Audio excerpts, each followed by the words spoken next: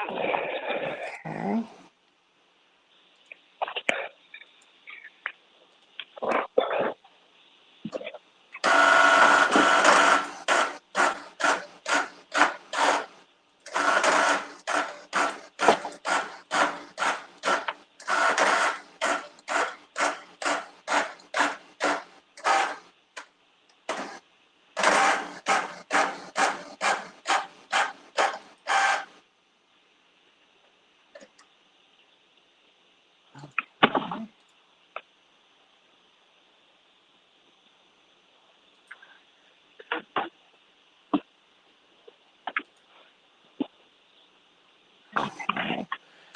All right. Honey, I'm just trying to get the last of these little. It's always something just before you go on the air in the last hour or so that can help to reshape what you're talking about, Give you another headline or something like that. America has really not done well at these Olympics. We just won our first gold medal yesterday. Yeah. That was, Dr. King said we would not always be at the top. And so true. He said, be careful now. He said, the hubris, the excessive pride. Oh, my. So, let me say hello to Dave Dowling. Hey, sweetie. Hello, Andre. Hey, sweetie. Francis, my girls. Yolanda. Daryl. How you doing, hun? And Carol. Left Coast, not me. And so many of you, everybody, if you can, please go over to the Santita Jackson Show YouTube channel. The Santita Jackson Show YouTube channel. I've been told that I really need to populate from there. So if you all would help me do that, that would help me out a whole lot. Santita Jackson Show. And of course, if you want to hear the show without commercials, what they call a podcast here is go to WCPT820.com/Santita, WCPT WCPT820.com/Santita, and call at 773-763-9278. We're going to be talking about this Alabama voting rights law, which effectively says that the state of Alabama can gerrymander. Black people should have, the black voters of Alabama, who are 27% of the vote, who 27% of the state, should have another congressional district. They only have one. But by all rights, they should have another congressional district. But the Supreme Court, in a very interesting, they did this, I think it was called the shadow docket. It allows the court to rule on an expedited schedule without explaining itself in a formal opinion. Wow, so they can sneak and do this, and that's what they did. Girl, they don't stop, Vicki. Okay. Oh. They don't stop. Oh yeah, they did that in the middle. They just snuck and did it. So, but then we're also going to be talking about Ukraine. I feel an obligation to talk to everyone about Ukraine because most of us don't know about it, and yet we're perilously close, Pastor Johnson, to going to war. There, we don't know why. Well, you always have to follow the money. It is oil. And how would you feel comfortable if we had thousands of troops amassed at our border with Mexico? We give Canada a pass, because we give Canada a pass. Well, because it's white, quite frankly. And that's just how it is. So the question is, 1 minute. Thank you so much, Matt. Let's have a great show. God bless us. So how would you feel about that? 1 minute. After the promise had been made that we would not amass troops and that we would not gather member states in South and Central America. Well, that is essentially what we've done. We've got a young man, Bryce Green, who's written a beautiful, beautiful piece. And I'm so excited because, also he is something that we really don't see often reporting, Pastor Johnson, on these international affairs. He's a young African-American out of the University of Indiana. And he's going to talk to us about what's missing from corporate media's Ukraine coverage. And it's a lot. It is a lot. It is a lot. It is a lot. And I'm so grateful that he'll 10 be able to seconds. share with you. So stand by, everybody. Let's have a great show. Oh, may the words of our mouths and the meditations of our heart be acceptable in thy sight. Oh, Lord, our strength and our Redeemer. Let's have a great show, everybody. Can change the world, change the world, change the world. We can change the world, we can change the world, change the world. This is the Santita Jackson Show. War and hate to a place of love, it's not too late. Gotta save the children, we can't wait. Let's change the world. I'm Santita Jackson. WCPT 820, the nation's largest progressive talk radio station, took over the mantle of Air America. That's what we used to be, but now we're WCPT. And I do hope that you will continue to keep it locked on this station for the best and most progressive talk in the United States of America, along with AM 950 radio, my family to the north in Minneapolis, St. Paul. Hey, Chad Larson and everybody up there. I want you to keep it locked right here. We're streaming live on WCPT820.com and AM950radio.com. And I want you to meet my Facebook family on the Santita Jackson and Friends page, but we're streaming live on my YouTube channel, the Santita Jackson Show channel, the Santita Jackson Show channel. So meet Dave Dowling over there. And you know, and Andre, they're over at that channel. Please get over there and like and subscribe. Francis and Yolanda and Carol from the left coast and on and on and on. Daryl, Bernard, Francis, George Bliss this morning. Oh, so many of you, Philip and Lori, sending you all much love. Call us at 773-763-9278, 773-763 WCPT. And of course, we're going to talk about why these COVID numbers are so high. They're the highest rate of death in a year. What's going on, everybody? We've got to talk about that as mask mandates are falling. Well, we have to see what's really going to work. What's really going to work. We're going to be talking with Doctors Deborah Holden and Shanina Knighton about that very shortly. Let's get to some of these headlines so we can get to the good news with Pastor Vicki Johnson today. Chicago will have a high of 39 degrees. Rain and snow. Oh, Minneapolis, St. Paul, 35 degrees, cloudy. And on Wall Street, the Dow closed up 371 points yesterday. The NASDAQ closed up 178 points, and the S&P 500 closed up 37 points. In the NBA, the Timberwolves are triumphant over the Kings, 134-114. Tonight, the Bulls will be playing the Hornets. And in the NHL, well, the Jets shut out the Wild 2-0. And tonight, Chicago will be playing the Oilers. In the Olympics, we had our first, America had our first gold medal. We've had a drought, everybody. We're ranking 7th in the medal count. Unbelievable. Norway is number 1. The Republic of China, they're second. Austria is third. At least we're up from 12th. 2 days ago, we were in 12th place, tied for 12th place. So congratulations on this first gold medal that we have had in the whole Olympics. We've never had a drought this long, everybody. Oh, God bless us, God bless us, God bless us. Maybe we need to help these athletes a lot more, right? Sponsor them. The two top Republican leaders in Congress were at odds yesterday over the Republican National Committee's resolution to censure GOP Congresspersons Liz Cheney and Adam Kinzinger for serving on the House Select Committee investigating the January 6th insurrection. The RNC referred to that day as, quote, legitimate political discourse, close quote, in the resolution. But in a rare break with the DNC, Senate Minority Leader Mitch McConnell said what occurred was, quote, a violent insurrection, close quote. House Minority Leader Kevin McCarthy, meanwhile, who is trying to become the Speaker of the House, he defended the RNC's choice of words. We will see where all of this goes, everybody. States are pulling back on COVID-19 restrictions despite warnings from the CDC that it is too early to do so. There are about 290,000 new coronavirus cases every day, and hospitalization rates are higher than they were at the peak of the Delta surge.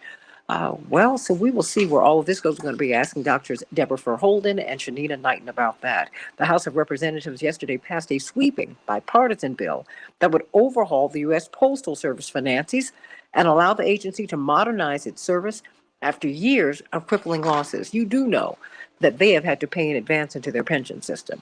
They don't owe us money. We actually owe them money. So let's get to some of these headlines, everybody. We'll have headlines throughout the show, but we have got good news coming from Pastor Vicki Johnson. Pastor Johnson, how are you doing?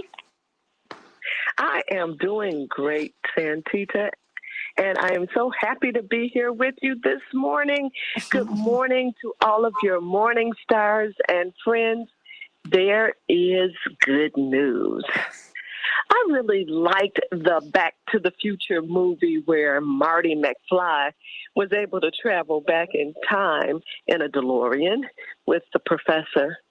He went back to the days when his parents were teens, happy days. If you could do time travel, where or when would it be?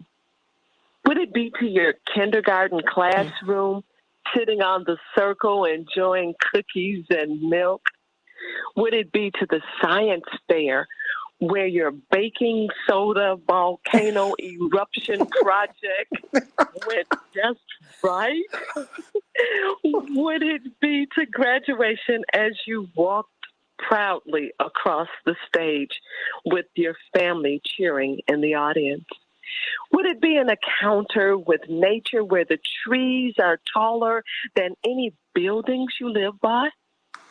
Would it be to your best vacation with sand as your sidewalk and the ocean as your view?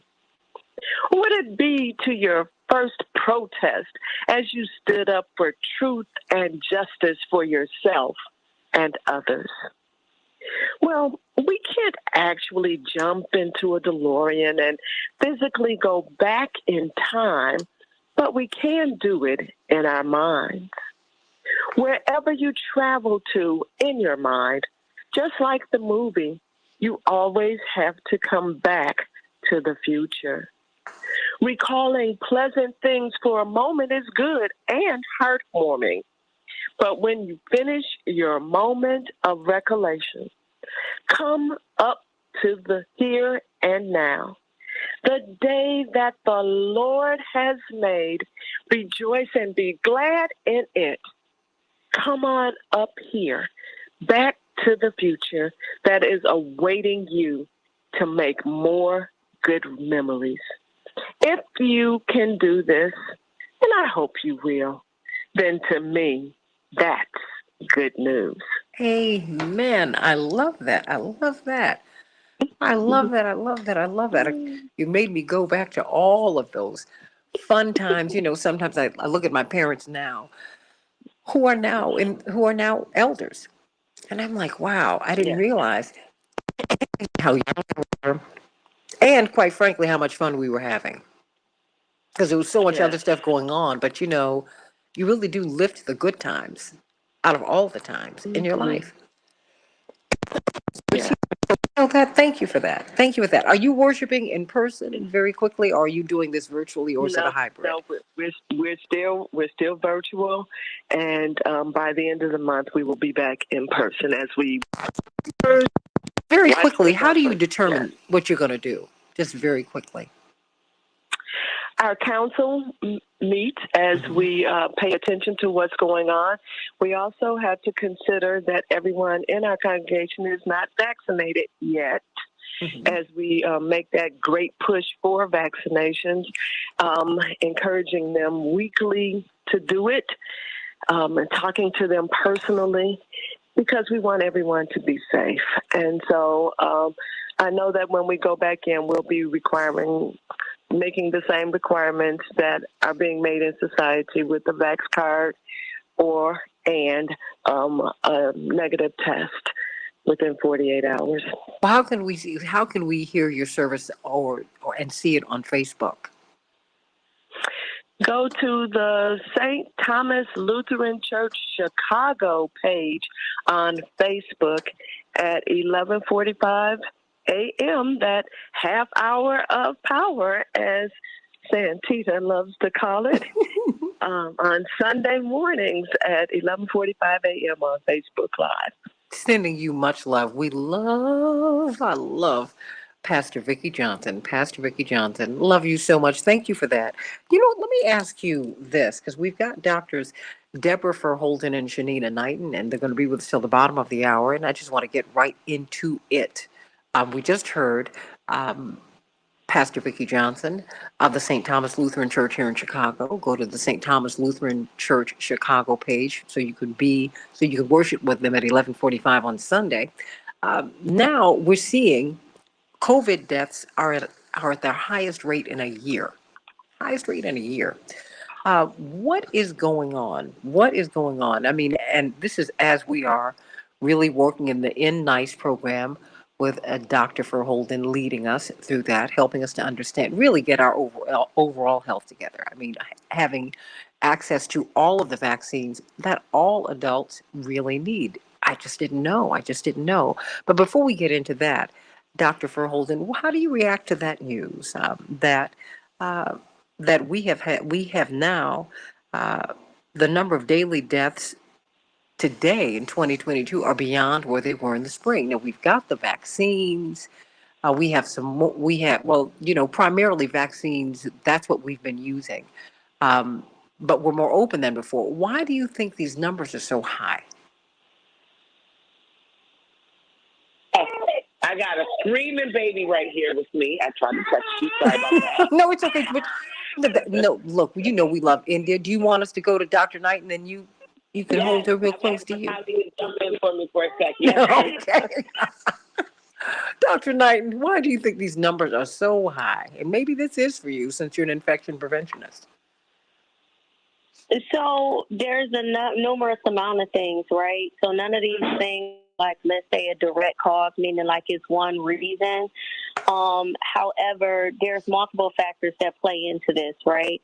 One of them being, recently that the FDA started to put a halt on the monoclonal antibody treatments because, of them saying that it was ineffective against Omicron, right? And so without screening people for certain strains, that eliminates, let's say, a treatment method. You also still have issues with our healthcare system, meaning that we already know that there are drastic shortages everywhere. And speaking of those drastic shortages, we're doing a Million Nurses March coming up in May.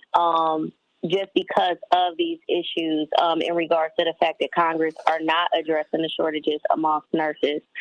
So when you think about those factors of being short-staffed, you think about the factors of us not having a standard treatment across the United States of how to deal with people with COVID at certain stages, I am not surprised by the death rates. The death rates may not necessarily be attributed to COVID itself, but are attributed to the care around COVID.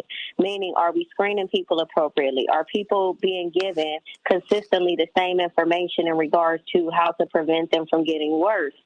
So when you think about the information that is needed for somebody that is at home to manage it, right?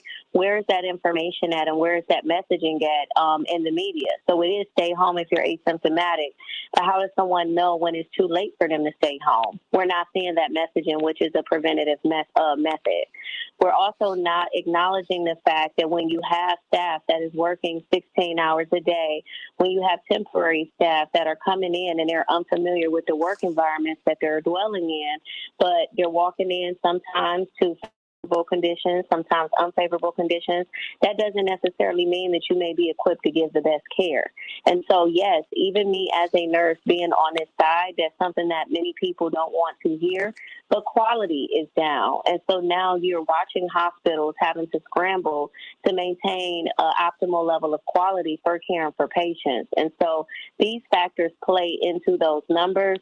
Also, too, as we're looking at the fact that people that are vaccinated or unvaccinated, the mixed messaging that has come about with the mask of just saying that these masks don't work effectively, talking about cloth and surgical, but then also understanding the challenges of N95. Just like you pointed out, Santita, I too see people just walking around like the pandemic is over with. They don't care anymore. Businesses are not cleaning anymore. They're not worried about, the number of capacity of individuals that are in there. They're not understanding that, yes, if you are ill for one thing, meaning if I have a common cold, that common cold then lowers my immune system, putting me at risk should I encounter COVID. If I have COVID, that puts me at risk for pneumonia or encountering flu, which is still around. And so we just aren't thinking about these things so clearly. And I just feel we'll continue to emphasize that enough emphasis is not being placed on prevention at this time, and that is my concern. And not just looking at COVID, but also just helping people to understand the stress that our healthcare system is in right now, and just really on the form of just breaking. Do you think that we were stressed before COVID? I mean, is this, were we stressed before COVID? Is this the straw that's breaking the camel's back? Because That's it. okay, because I'm wondering how fragile, because it seems that, when you're That's one it. crisis away, it seems that maybe our health system was not as strong as we thought. That's it. And exactly what you just said, because if you think about it, we were already at about, for 1 million hospital beds, we were already at about, just on a regular basis, somewhere between 80 and 90 something percent capacity already. That was, so what was filling those beds was congestive heart failure, chronic obstructive pulmonary disease, issues with diabetes. You had child poisoning. You had accidents. We had a lot of other things that were filling those beds, right? Cancer. So we know what the number one killers in the United States were. We had healthcare associated infections, right? Meaning that you go to the hospital for one thing and you end up with another complication as a result of being cared for something else. These were already issues that were in our healthcare system even before the pandemic. This nursing shortage has been predicted for over 2 decades now.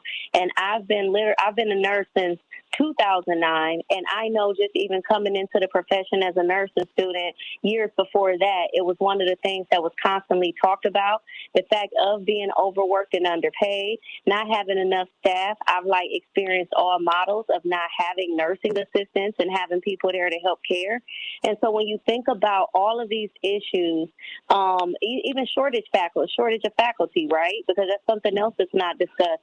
So do we even have enough faculty to train our future leaders? And even right now with the students that are being pushed through a lot of these institutions, yes, institutions are doing their best, but can we really say that in the midst of the pandemic, they're getting full training like they really need to produce the situations that, we won't know this for years to come, but are these students equipped just like the ones pre-pandemic in regards to having to undergo the training that was needed?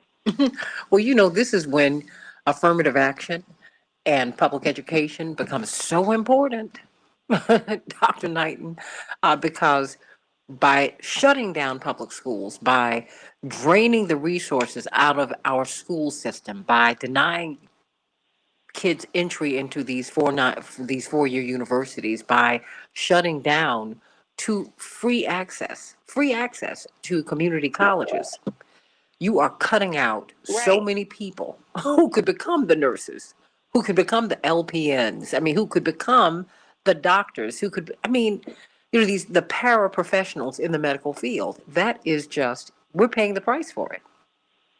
But you know what else too, Santita? The one thing that we never acknowledge is the educational gap that exists, right? Mm-hmm. So I graduated from Cleveland Public Schools in 2002 when the graduation rate was 21%.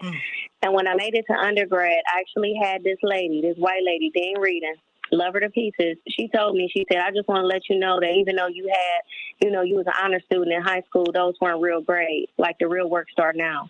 She told me that. Mm-hmm. And my first chemistry test, I got a 17% on because literally a year worth of material of chemistry in high school was equivalent to just those 2 weeks in college. Mm-hmm. And so I had to catch up to the learning curve drastically and really understand what it was I was submerging myself into. And a lot of students that end up going into, let's say, a medical program or a nursing program, mm-hmm. those sciences have to at least be at a 3-point-something GPA. And unfortunately, the peers that were in my college classes, their textbooks, the textbooks that we had used already, mm-hmm. they had already been familiarized with because of the schools that they went to. And this was a lot of my white colleagues that were better off. Of course. And so when we talk about issues, one of the issues is just that there isn't a closure in the education gap as well as a support system to make sure that it's equitable and people are able to receive that access across the board. So when you're looking at a lot of the professions where, yes, they are predominantly white, it is because the infrastructure, when we're looking at our school systems, is not fair, meaning that when mm-hmm. that state funding comes down, this, that, and the other, They're not looking at, okay, let's make sure that everybody is even across the board in terms of resources, have access to the same things. That's not what's happening, but that is what should be happening in regards to how our school systems are based. And that's just not the case right now. And that's one of the things that I've always noted and have made my time to contribute to a lot of high school programs, just so that way I make sure that my students are ready. And that's what I do on my free time, Doctor, whenever that is. absolutely. Yeah, I don't think you have any, but I feel you. In these last 3 minutes, you know what, Dr. Verholden, I mean, because you're an administrator, there's so many hats that you wear. It's not that our children are incapable. They've just not been prepared.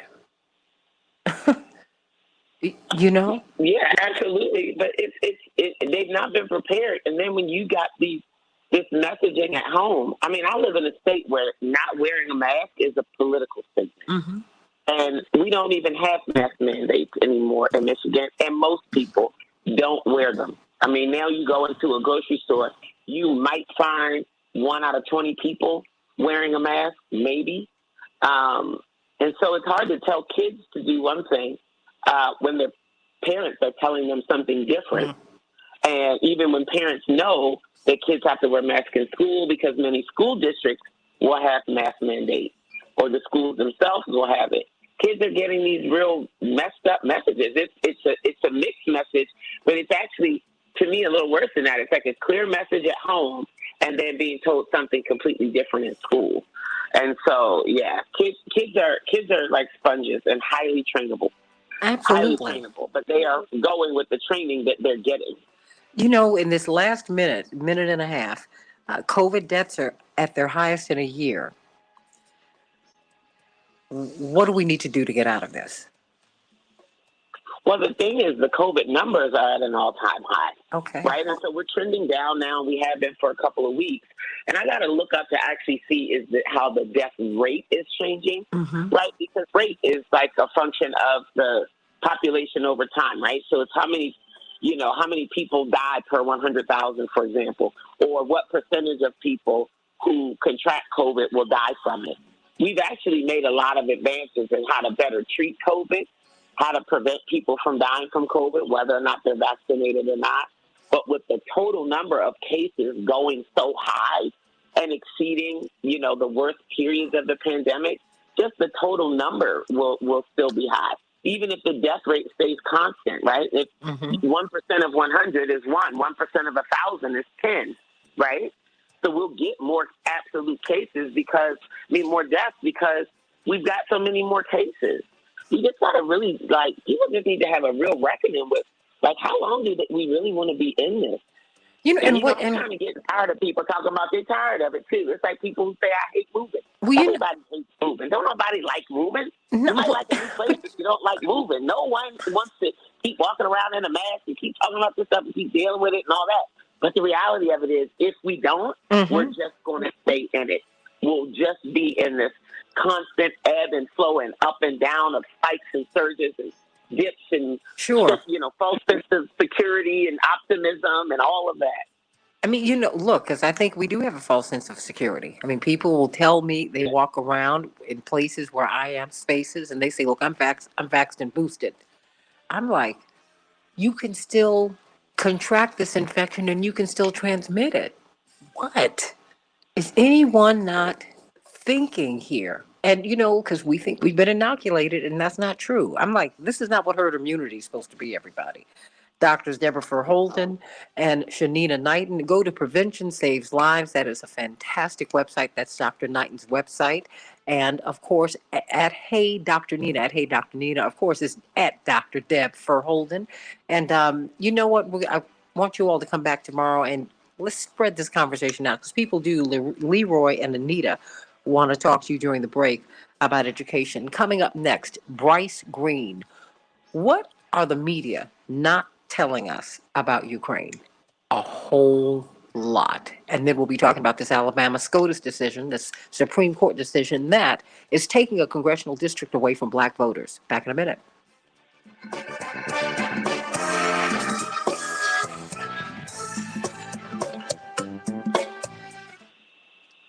Matt? Yep. Okay, do we have Mr. Green up?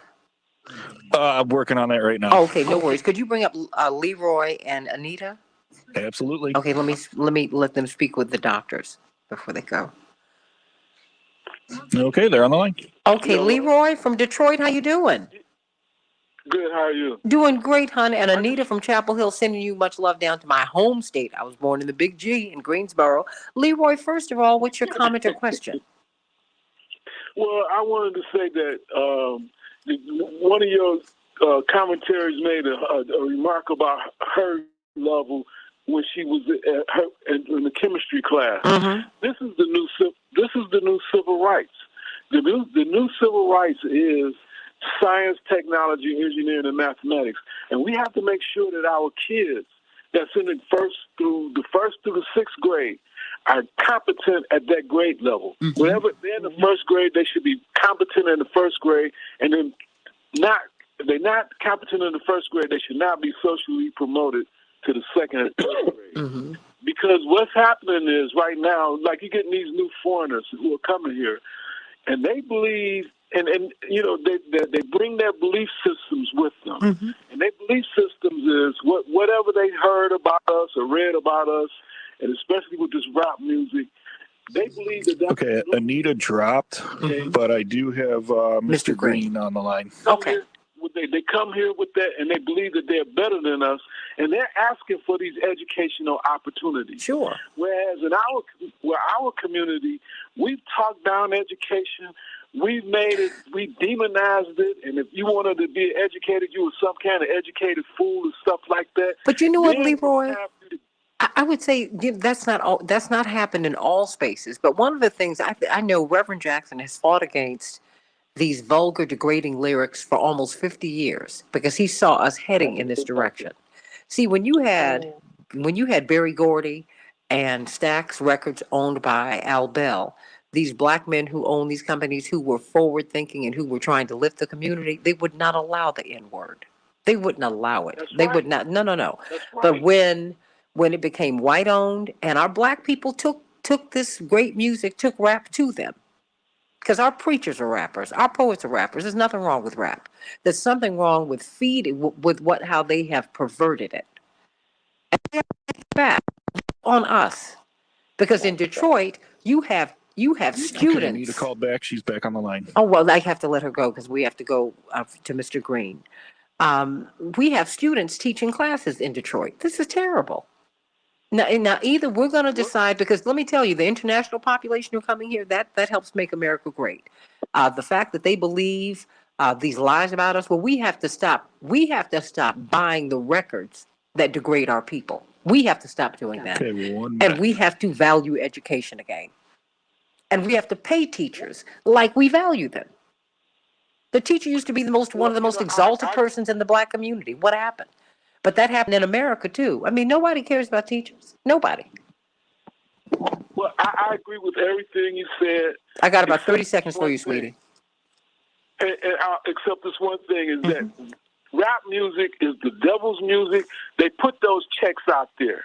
Because 30 seconds. We were fighting it along with Dr. Jackson. When we were fighting it, the first thing the kids said is that some of that music should not be played. But the rap industry put those checks out there. They put the money out and there. Shame. And those kids bent down to the money. And you know what? If their souls can be bought, shame on them. Will you call me back tomorrow so we can talk about this, Leroy? All right, thank you. Call tomorrow, please. Bryce, how are you? Okay. I'm doing... Can change the world, we can change the world, change the world. This is the Santita Jackson Show. War and hate to a place of love, it's not too late. Gotta save the children, we can't wait.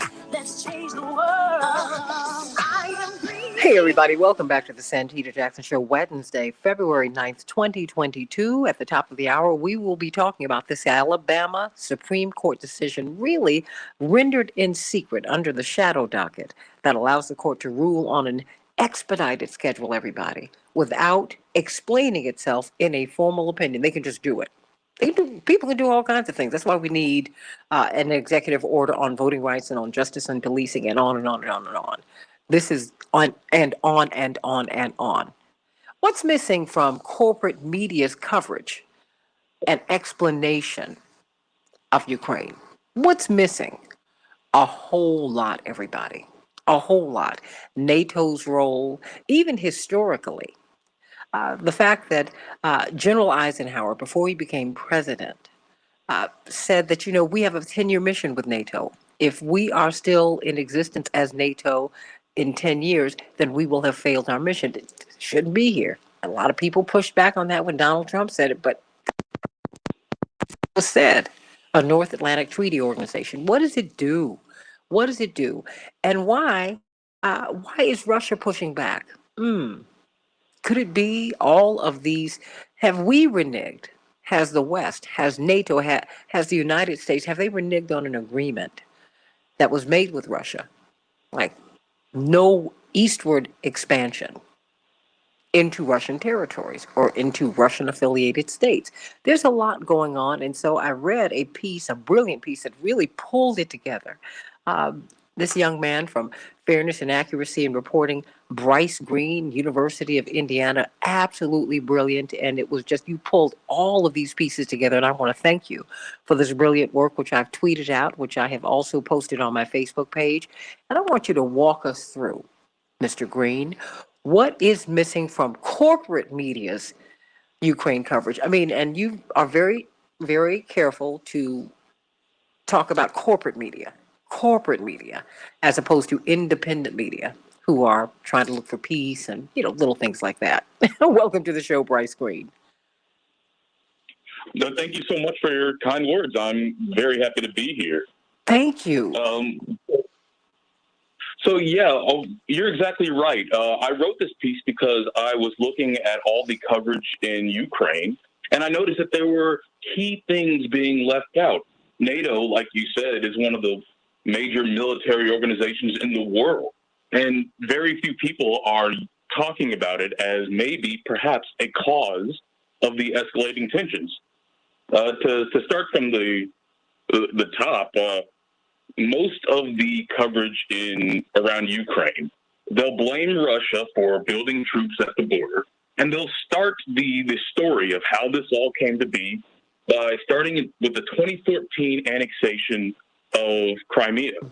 Annexed Crimea after a plebiscite where the people of Crimea voted to join Russia.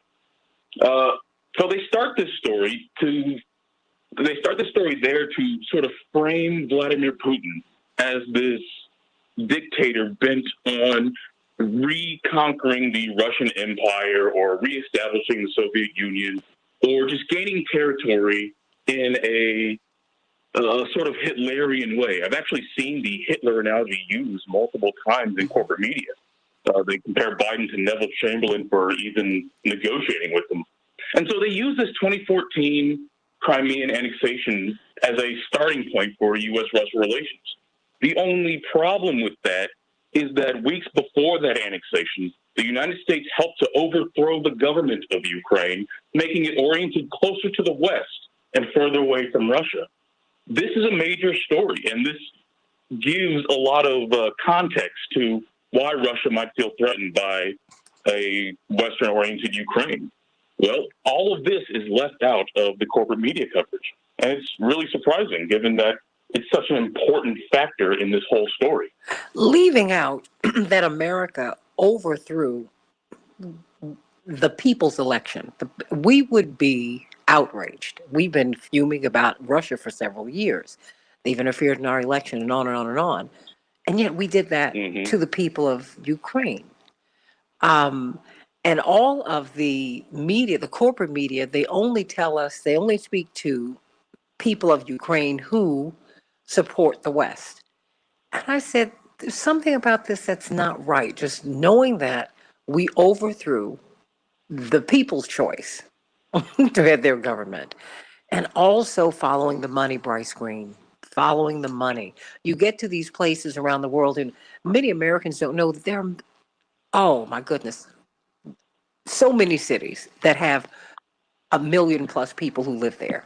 and more than that, Bryce Green, who have American companies, corporations that are stationed there, who are very, very wedded to, to our government for cover, for protection. Could you speak to that? Right. So you're exactly right. Part of the reason that we helped to overthrow the government in 2014 was that the then current government was not accepting the U.S., EU, IMF package. This means that the Ukrainian government was resisting the reforms that the IMF required them to make in order to get IMF loans. These reforms include loosening capital restrictions, removing wage controls, taking away heating subsidies.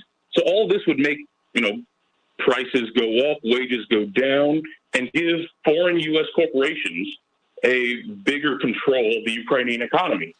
Well, Yanukovych didn't want that for his people and chose to opt for closer economic integration with Russia. And for that, he was overthrown. But the IMF got what they wanted. The new government, after Yanukovych's overthrow, immediately started enacting the policies that the IMF wanted. So you saw Western capital started pouring into Ukraine. And that's really one of the main things at the root of this. The United States has a foreign policy goal of integrating most other economies into the U.S.-led system. Russia, by virtue of it being outside of that system, challenges it. China also challenges it. And so when you see in the news all this coverage about the dangers of Russia or China rising in the world, well, what people are generally concerned about is the fact that the United States won't control the world's economy.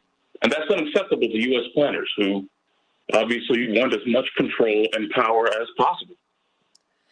Is it possible? What would this look like if America does not control the world's economy? How would that impact the average American? How would that impact the world? I mean, because China owns at least a quarter of our debt, and Japan owns another quarter of it. I mean, we're not as free as we think we are, Bryce Green. No, you're exactly right. The entire U.S. system of economics is based on something called dollar supremacy. It's that most countries, most governments use dollars to make all their transactions. This tracks back to the deal that the United States made with Saudi Arabia and OPEC, that they would denominate their oil sales in dollars. Therefore, all the countries around the world started saying, we need dollars. Well, if the balance of power shifts away from the U.S. bloc, then maybe other countries will start denominating their transactions in other currencies. China and Russia just signed a major deal where they would start not only closely militarily integrating, but also economically integrating, and having a lot of their transactions denominated in euros rather than dollars. And so this is a major threat to the economic system that the United States has propped up. We won't be able to issue as many treasury bonds because not as many people will want to hold treasury bonds. And that affects our fiscal state in the economy. And it's very threatening to the people at the top of the economic food chain here in this country. We're speaking with Bryce Green of Fairness and Accuracy in Reporting. Please go to the Santita Jackson and Friends page and my Twitter feed at Santita J so you can see what's missing from corporate media's Ukraine coverage. And of course, go to Fairness and Accuracy in Reporting. Go to their website, fair.org, so that you can read this brilliant piece by this brilliant young man, Bryce Green. Bryce, help me to understand. Do you think NATO, I mean, because is there unanimity, first of all, with NATO? And it seems that President Biden he's much more aggressive than NATO. It seems that NATO's uncomfortable with a lot of the aggressive talk that's coming from the United States. Right. This is exactly the case. A lot of people frame this as NATO versus Russia, but a lot of the story behind this is NATO countries versus other NATO countries. I'm sure many of your listeners have heard about Germany's hesitance at engaging in a lot of this brinkmanship that Biden seems to be pushing. Germany has every reason not to want to escalate tensions with Russia. So does President Zelensky of Ukraine itself. He actually called Biden, asking him to tone down the rhetoric and maybe not to panic as much. And this is indicative of the entire U.S. posture. They're the ones hyping up the threat. They're the ones pushing for NATO expansion. And they're the ones who are sending a bunch of troops into Eastern Europe. And so this whole question of whether or not Ukraine will join NATO seems to be at the root of this whole recent uptick in tensions. But that question is far from settled. Some European countries are saying, no, we're not sure the Ukraine to be part of this military alliance, especially because they have their own ongoing civil war. And since NATO is ostensibly a defensive alliance, if something sparks off in that civil war, it could draw the entire NATO bloc into a war with Russia, and no one wants that. That would quite literally mean the destruction of the world with nuclear weapons. And so no one wants that. But it seems like America is very much willing to risk that. I was actually reading in the Wall Street Journal an op-ed by I think it was a former Bush staff writer, and he says, we should risk war with you or war with Russia over Ukraine, because even if there is a war, it'll weaken Russia, it'll whip up anti-Russia sentiment, and it'll push countries closer to the U.S. orbit. And this is good for us. It's insanity. It shouldn't be allowed. It does sound insane because this is Russia and China share a border. So many Russians are ethnically Chinese. I don't really think, I mean, do you think China would allow Russia to get rolled over by the West? Not at all. Not at all. In fact, like I mentioned earlier, this sort of raising the tensions is pushing China and Russia closer together. And so whenever the United States does something bellicose or spouts off about war or whatever, the rest of the world takes notice, even if U.S. citizens don't. And the rest of the world is starting to realize that there has to be some sort of challenge to U.S. economic and military supremacy all over the world. And you're seeing a lot of closer relations between African countries and China, African countries and Russia. There was just an agreement announced detailing deepening military ties between Cuba and Russia, Nicaragua, and Venezuela. All of these are countries that the United States has designated, at least to some degree, official enemies. And they're coming together to sort of combat the U.S., or at least defend themselves against United States aggression. This is a major world development, something that the United States is actively encouraging through its aggressive behavior. But the American public doesn't seem to be told about it. The American press doesn't seem to want to tell the public about it. And so the trend will continue until something horrible happens. Hopefully we could avoid that, but that's where it seems to be going. We're speaking with Bryce Green, Fairness and Accuracy in Reporting. He's giving us so much information that's being excluded or maybe being obstructed by corporate media, depending upon how you look at it. And one such fact is that Washington worked with Nazis to overthrow their government. I mean, for all of our anti-Nazi talk, we brought Nazis back here from the Second World War. I know because my grandfather had to work for them in South Carolina and sit behind them on the train as a veteran coming back from the war. And yet we worked with them to overthrow the government. What is the deal? What? Please explain that. Right. So the anti-government protests in 2014, at the forefront of those protests were Ukrainian nationalists. And Ukrainian nationalists are fascist. I mean, there's really no other way to put it. They openly fly Nazi have Nazi salutes. Some of their little battalions have Nazi references in their names. Like, it's openly fascist. And these guys were at the forefront of these protests in 2014 that overthrew the government. In Odessa, they locked a bunch of pro-government supporters in a building or union hall or something like that, and then set it on fire and killed them all.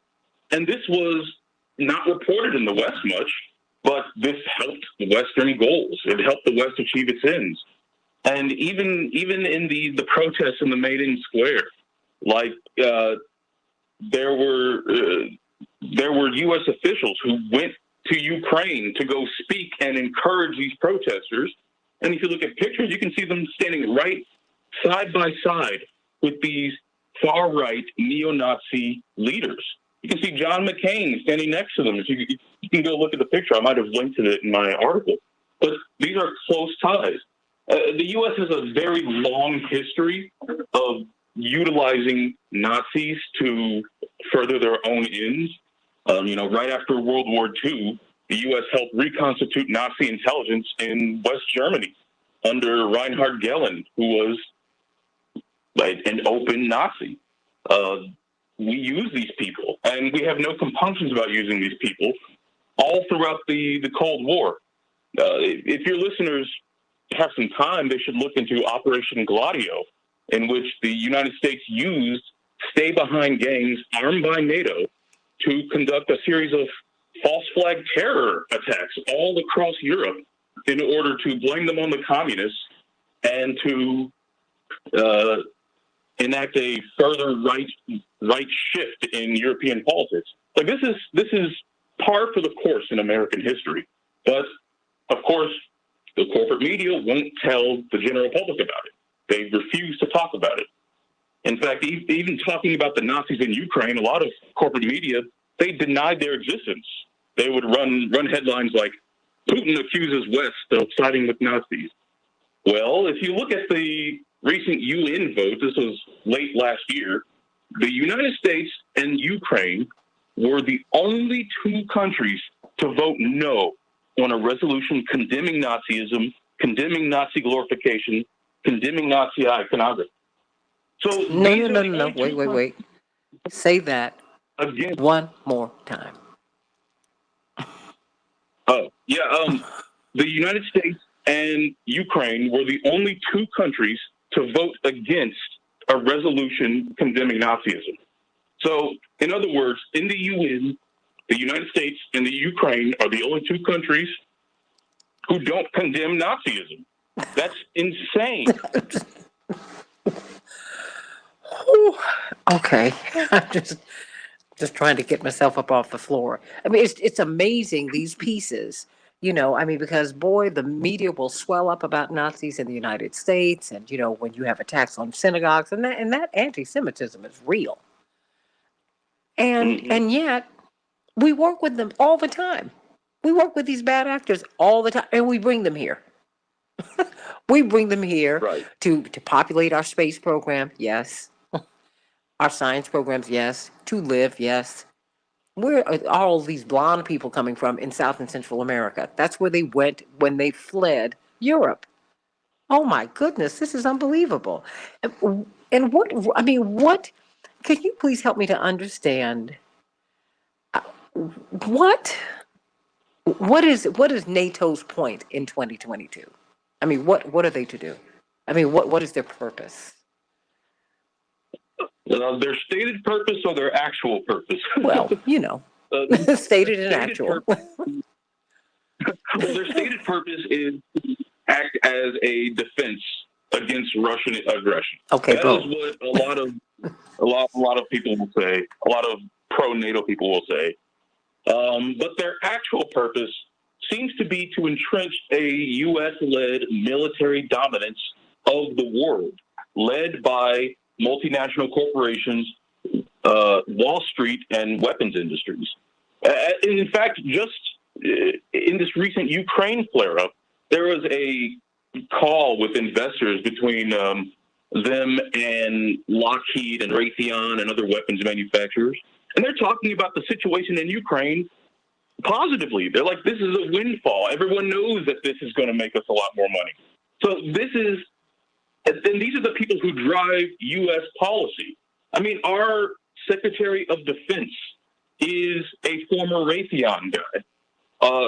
Tony Blinken, our Secretary of State, and a lot of other State Department officials, well, in between the Obama and Biden years, they went and worked for the private sector, working for firms peddling influence to weapons industry and other parts of the military-industrial complex. So these are the people who run not only our country, but also the global system that NATO spearheads. And so NATO serves to legitimize, and it's sort of a tail wagging the dog situation. You know, it's like all these problems. We have NATO as a hammer. We have the military as a hammer. All these problems start to look like NATO. It's sort of a self-fulfilling prophecy. NATO seeks out conflict, and then when conflict happens, they say we need NATO. It's ridiculous. It really is. I mean, in the last I have 2 minutes. I can't wait to have you back because we've got to continue this discussion. Got to further it. What should we be looking out for? I mean, do you think the corporate media, particularly the United States-based corporate media, are they telling the truth? Well, they certainly present a skewed narrative. Okay. They certainly omit key facts that make up the whole truth. And so I think it's safe to say no. So what should we be looking out for as we're watching the news every night, as we're being exhorted to cheer on an invasion of Ukraine, with some reports saying that U.S. troops are already there in Western Ukraine? When you watch the corporate media, be sure to pick out the certain tropes that you tend to hear. Certain things like, according to U.S. intelligence, I'm using heavy quotes there, but you can't see it. According to U.S. intelligence, the U.S. intelligence agencies have a long and very well documented history of lying to the American public, of misleading them. WMD, just to pick a case that everyone ought to know, they have a history of just making stuff up for the purpose of manipulating the American public. And we saw that again here in Ukraine. I don't know if you or your listeners have seen this video, but Ned Price, he's the State Department spokesperson, also former CIA, he was getting grilled by an Associated Press reporter for saying that, well, we have evidence that Russia's planning a false flag invasion. The reporter is like, what's the evidence? And then Ned Price is like, I just told you. And then the Associated Press reporter, he's like, no, that's not how this works. But a lot of the media isn't as obstinate as this one reporter was. A lot of the media will just repeat these things uncritically and not challenge them at all, even if there's a wealth of evidence of people who contradict it. They'll ignore all that for the purpose of promoting the State Department or Defense Department's line. And that sort of thing is effectively propaganda. I mean, if you're being exposed only to what state agencies want you to hear, and if the corporate media refuses to cover any other aspect of an issue, well, then you live in a propaganda system, and you need to seek out alternative media. Bryce Green, everybody. Bryce Green, Fairness and Accuracy in Reporting. Bryce Green, will you come back to the show? Absolutely. I'd be happy to. Oh, my gosh. Brilliant writing, brilliant investigating, and really helping us to understand where we are. We're being propagandized, everybody, and it's not helping us. Ooh, Bryce Green, thank you so much for being with us, and give Janine Jackson and Jim Narakis and Olivia and all my friends at Fairness and Accuracy in Reporting all of my love. Coming up, the Alabama SCOTUS decision. There should be 2 black congressional districts in the state of Alabama. There's only one. And the Supreme Court made that happen in secret a couple of days ago. Back in just a minute.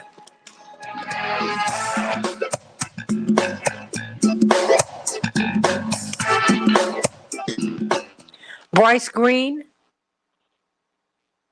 Yes, ma'am. Thank you, thank you, thank you, thank you, thank you. I appreciate you on. Oh, no, I gotta have you back. Gotta have you back. Gotta have you back. I mean, really. I'm talking about, everything we talked about. Well, And I'm glad to get the fog. and yeah, I want you to help us to get through this because, the story gets bigger every day. And I think that, we don't really understand, the money that's in this. I mean, not just the money in war, but, I've had a wealth of experiences and I would be shocked when I'd go into these different countries with Reverend Jackson, with my father. And most of my overseas travel, quite frankly, I have not done with him. So I have a wonderful contrast because going with him, you meet some of everybody. You meet heads of state and you meet captains of American industry. And many Americans would be shocked to understand how locked in our corporations are into different countries and how our military protects them. I mean, Yes. A lot of our military when they get there and they're like, wait a minute, I'm standing in front of this power plant, or I'm standing in front of this factory. That's what that's what I'm protecting. I think you know what I'm saying.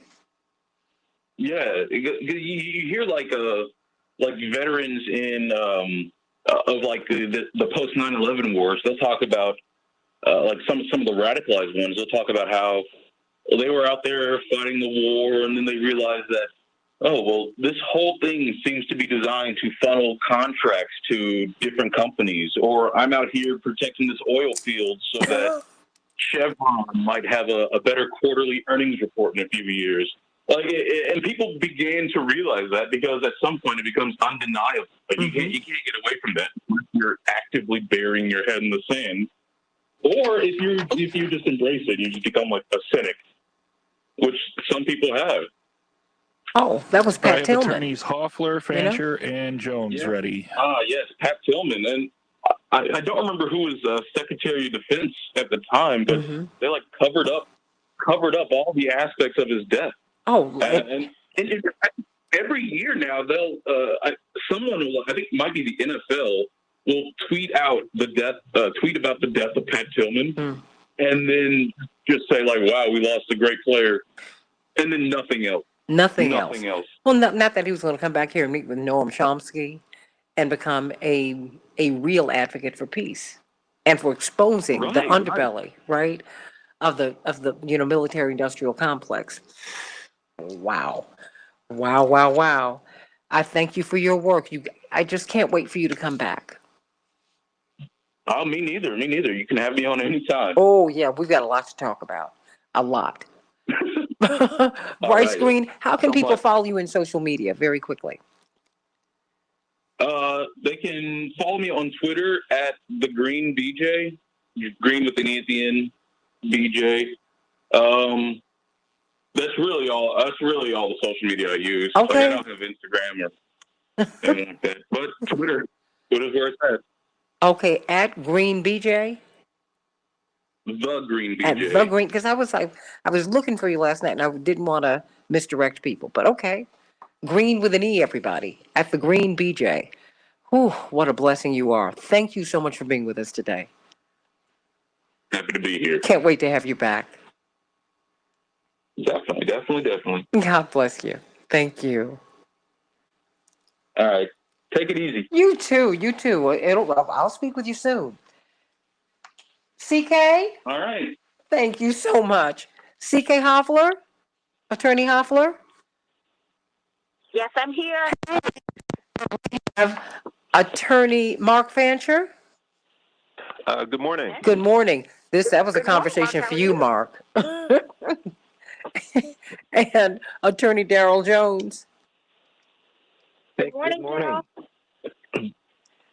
This young man, brilliant. Bryce Green. He's a student at at Indiana University in Bloomington, and he has a wonderful piece. What's missing from corporate media's Ukraine coverage? I mean, just exposing that the United States overthrew their democratically elected government in Ukraine and that we use Nazis to do it. It's just, there's so much that that's not being reported here by the corporate media. And the cover that we're giving corporations it's a lot. There's always that. Okay, I can hear, I think someone's in a car. We might hear. Oh, yeah. I'm going to put it on. I don't know why my windshield wipers. Okay, no. Now, I don't want you driving in the rain and you can't see. CK. No, I'm pulling up to my destination. Okay. I'm pulling up to my destination. Would you want me to buy you some time? We have like 5 minutes before we know. Okay. I'm good. Okay. Because I want you to wrap up that head. I know how that is. Ow! Okay. No, it's fogging and misty. Oh. So the rain stops. I was trying to get all that off my windshield wiper. But we're good. Okay. Thank you. Okay, no worries. Okay. 30 seconds. There. And of course, I'm going to have the read after I do the headlines, okay? Yep. Thank you so much, Matt. Matt is great. I don't know about that, but thank you. No, it's true. I meant it. Oh, Stanley's using his Medea voice. Good morning to you, my dear.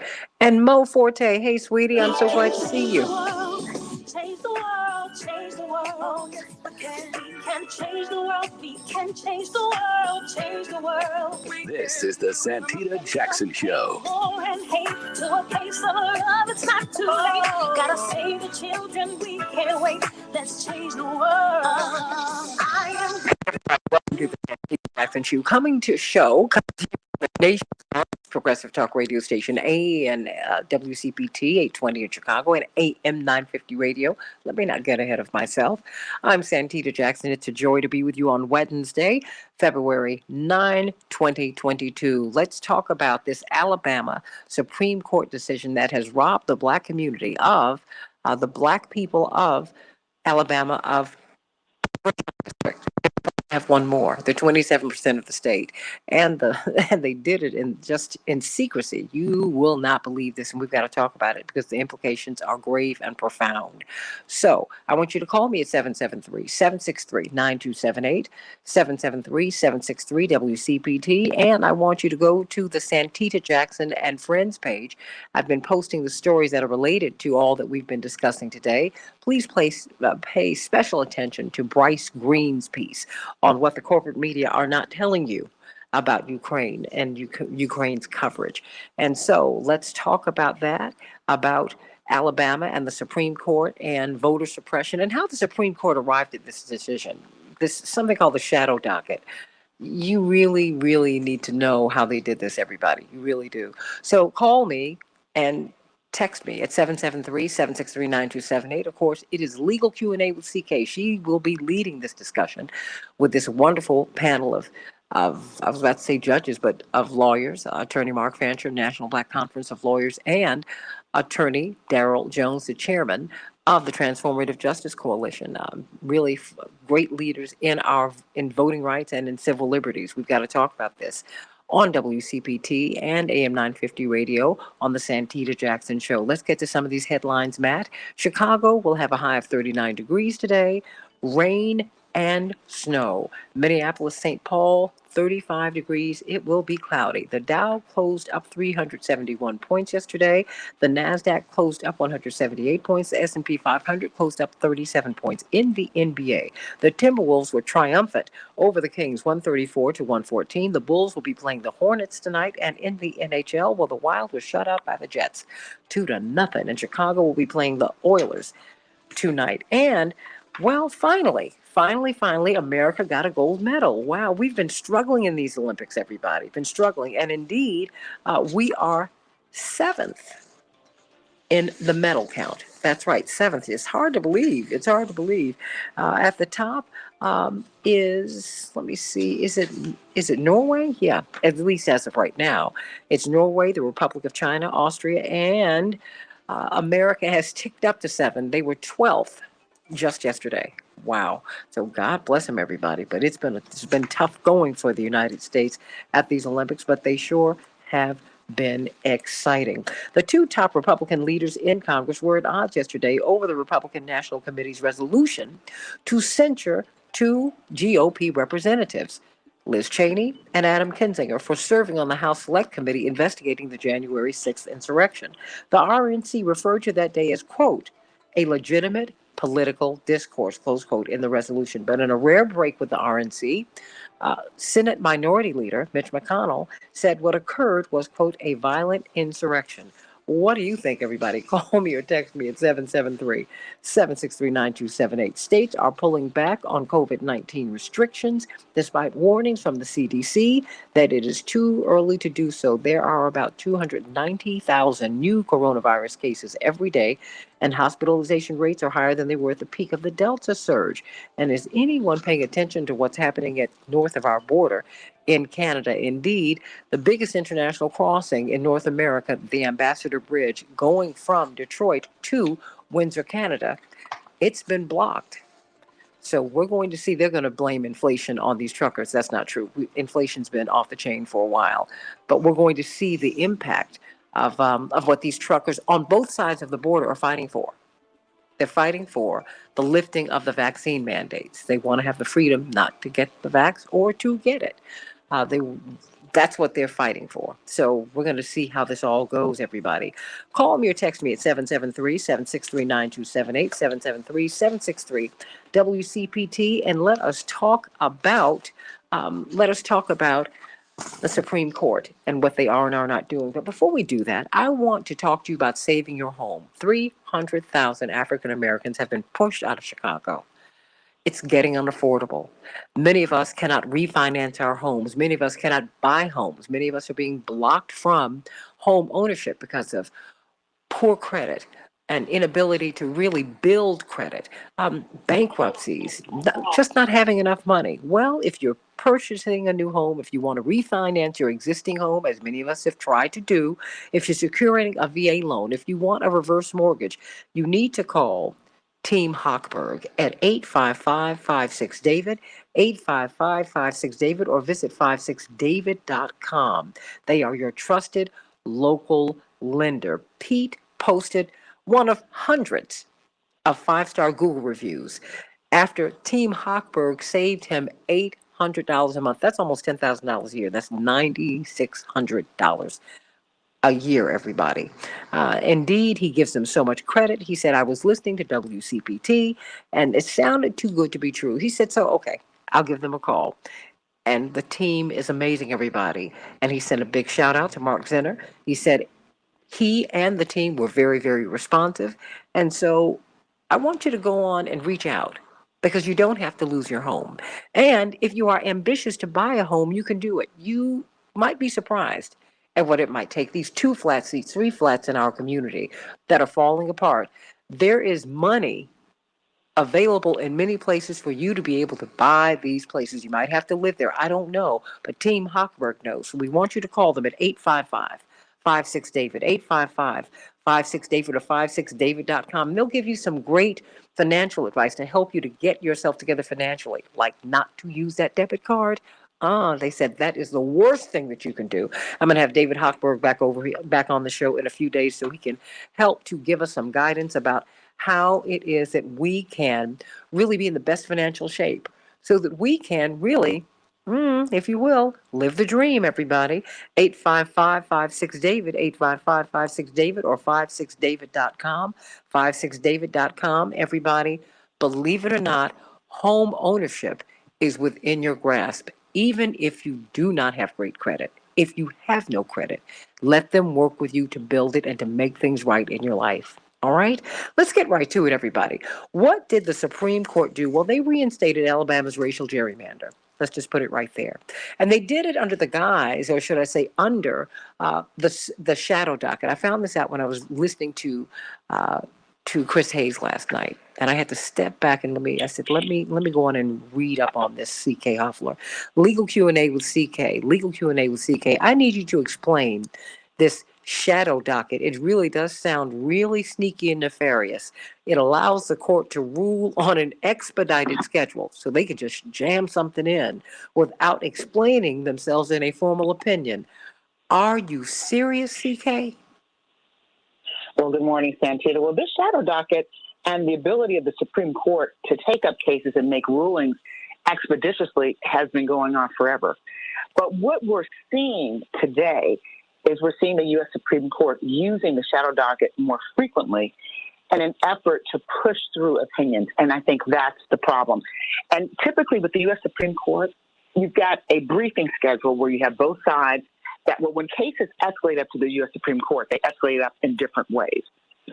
Typically, when you've got some type of dissension or inconsistent rulings in lower federal courts, this is one way. The case can be the U.S. Supreme Court decides if it's going to hear a case. Once it decides it's going to hear a case, typically you have both sides that submit briefs, arguments. It's a long process. You hear cases that come before the U.S. Supreme Court and that sit for months and months and months before there's oral argument and before ultimately a decision is reached. So it's a process.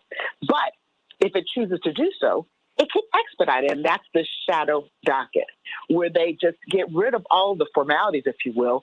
And when you get rid of those formalities, you get rid of the transparency on something as critical as voting rights, gerrymandering, taking away the ability of the Black electorate.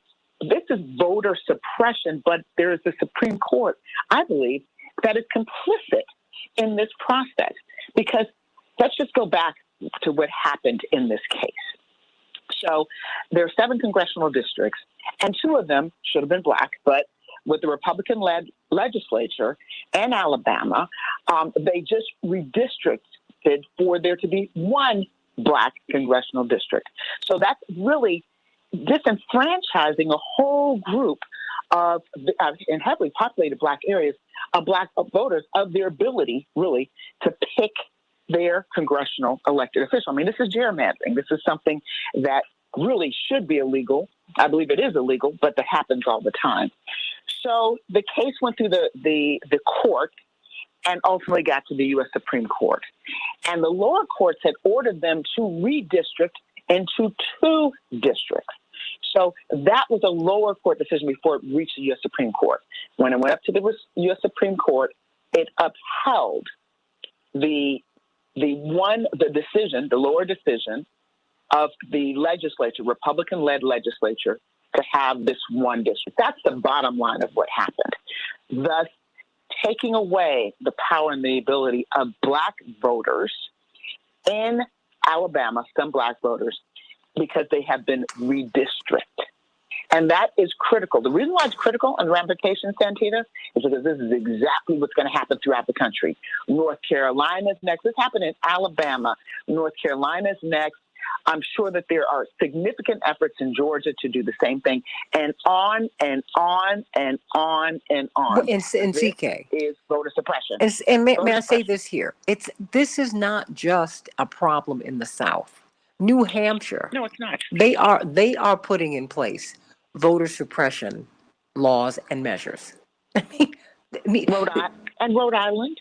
And so this is why, and so I just have to say one other piece to this. This is why it's absolutely critical that our next U.S. Supreme Court justice be not just an African-American woman, but a African-American woman who's a leader, who is strong, who understands the issues, is progressive thinking, because this is the type of thing that happens.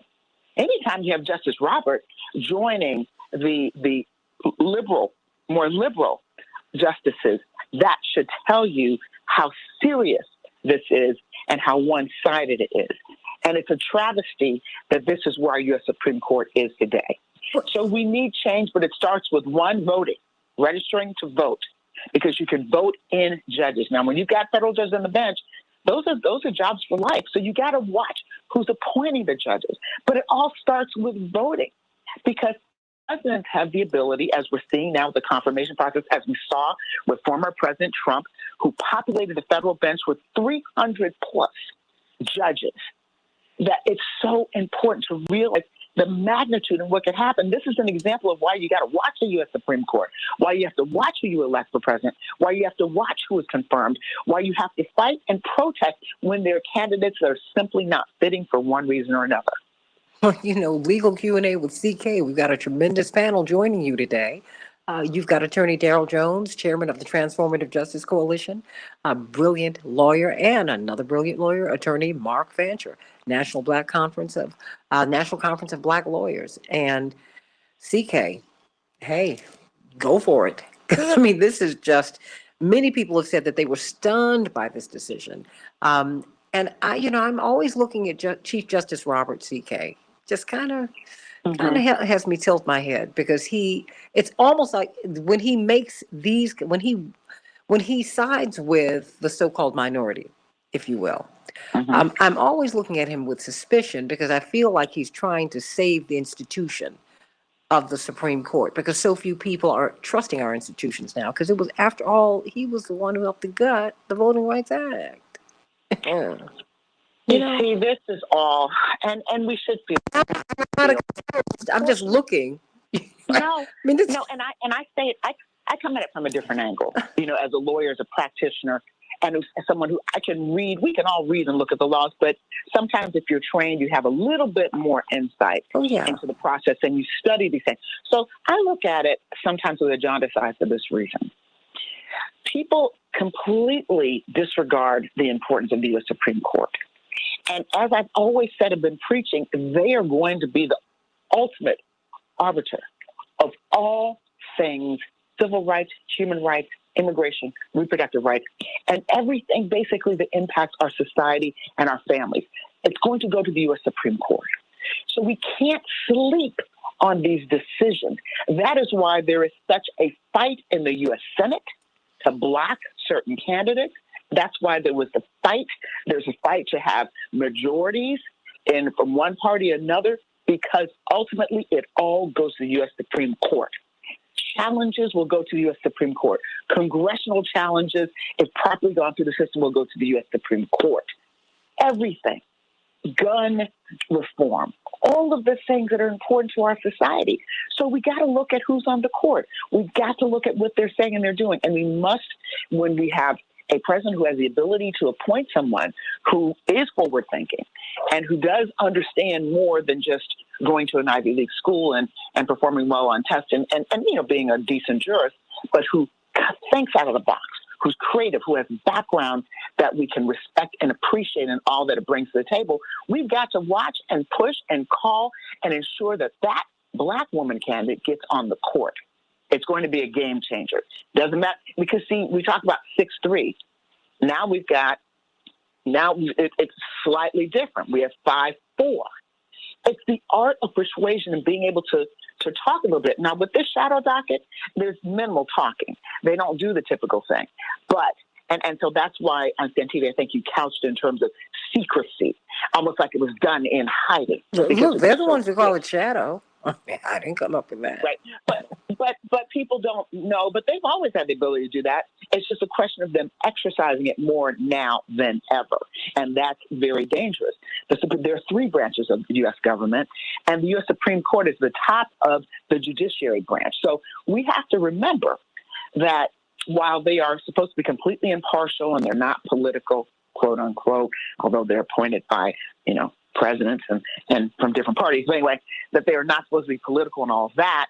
We have to remember that the court of public opinion is always very important to the U.S. Supreme Court, to members of Congress, to the administration. We must remember that. Well, you know what? And I think Darrell Jones can really speak, Santita, Darrell Jones is there in the trenches Absolutely. As chair of Transformative Justice Coalition, and he can really speak to that in a very persuasive way, as well as Mark Venture as well. I think both of them bring an interesting blend of opinions to this discussion. Absolutely. You know what? Why don't we get to them on the other side? Because we've got about 3.5 minutes left in this segment. I want to go to Noel from the south side of Chicago. Noel, what's on your mind? Good morning, Good morning, Miss Jackson. How you doing? It's wonderful hearing your voice, and thank you for calling in. I love hearing your thoughts. Okay.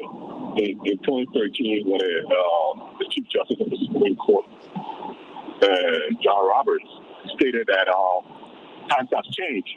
That's why Section 5 of the Civil Rights Act, or the Rights Act, was no longer needed. Right now, he's just trying to cover himself for making that decision. That's all this is about. And Supreme Court nominee, like Gant is saying, must be a black woman. Because they always save this country. When she's sitting in that room amongst all these white folks, they will have to hear her and her opinion. They will have to listen to her. Clarence Thomas is unreliable. We know that. So they don't take him as one of us. So we should fight to have a black female Supreme Court justice. So, CK, your thoughts about, I would only say this, Noel. I think that Clarence Thomas is very reliable. We just can't rely on him. CK, I got to. I'm having fun. Right. And Noel makes some very good points. Clarence Thomas is wearing that badge of being the most conservative Supreme Court justice of all time. Now that is some craziness, in my humble opinion. And his wife is interfering. His wife is a real political actor. I'm like, is this not a conflict of interest, CK? Of course it is. Of course it is. But I prefer when I heard that there was a Supreme Court justice retiring, I just heard that. I said, oh, maybe it's Clarence Thomas. Oh, please. Yeah, I mean, in my mind, I thought that. Of course, I knew that wasn't the case. But in my mind, I thought that because the damage, quite frankly, to civil rights, human rights, reproductive rights, progressive rights that Clarence Thomas has done, and you just watch who's going to ink the opinion on affirmative action. Let's just watch. I predict that Justice Clarence Thomas will try to position himself so that he can ink the opinion, assuming that there's a majority conservative ruling on affirmative action, because that's going to be his swan song. He will want to go down in history as the Supreme Court justice to ink the opinion to completely dismantle affirmative action. Oh, CK. Let's just watch it. Oh, CK. He doesn't have to position himself. Oh, girl, no, he was brought there for that purpose. That's his job. That's his job. That's his job. This is an appointment for life. Many people have become more progressive minded and some a little bit more conservative once appointed to the U.S. Supreme Court. It's an evolution process. But I guarantee his evolution is going towards greater conservatism and the reduction of human rights and civil rights, which is a travesty because those very rights gave him every single opportunity that he ever got. So you got to use him to do it so he can undo it. And then we have to get it right back together again. Mark Hayes says we're still suffering the consequences of RBG not stepping down prior to President Trump winning. President Obama tried to get her to retire. He tried, and she refused to even come and meet with him at the White House. Now look at where we are. Jackson Show. Well, hold on, I got to go to this break, but we're going to talk about that because just look, and then Scalia could push her. I mean, those stories are coming out too. So I'm not mad at her. I think she did a lot of great things, but that was a huge miscalculation, and we are paying for it. But I want you to speak to that, and we want to hear from attorneys Fancher and Jones when we get back on the other side on the Santita Jackson Show. Call me at 773-763-WCPT, 773-763-9278. Let's talk about this Alabama SCOTUS decision on Legal Q&A with CK. Ask her, because she's the lawyer here. Back in just a minute.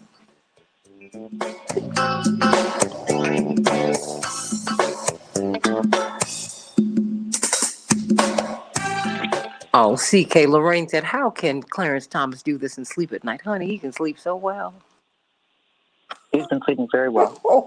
Not a care in the world. Not a care in the world. And not a care in the world. And so when it comes to Ruth Bader Ginsburg, I am really generally a fan of hers. Her crushing dissenting opinion in the Shelby County versus Holder case, perhaps, was one of, to me, one of her most stellar. She did a lot of great things. She did a lot of good. Reproductive rights. Yeah. She did a lot of good. But you see, this is the thing. She would have had to have stepped down immediately when Obama came into office, because at that point, he would have perhaps had the ability to put someone on the U.S. Supreme Court, because as we know, the Republican, as his term progressed, and in the second term, it was impossible, and no matter how he tried, because he didn't have the votes. So it would have had to have been right away. I guess she wasn't ready. She didn't. Okay, I have Mrs. Wells on the line and ready. Well, I don't put all the blame on her. That was a tactical move. And look, when you have a job for life, that's what you do. Sure. But I'm not putting all the blame on her. But I mean, let's be tacticians here.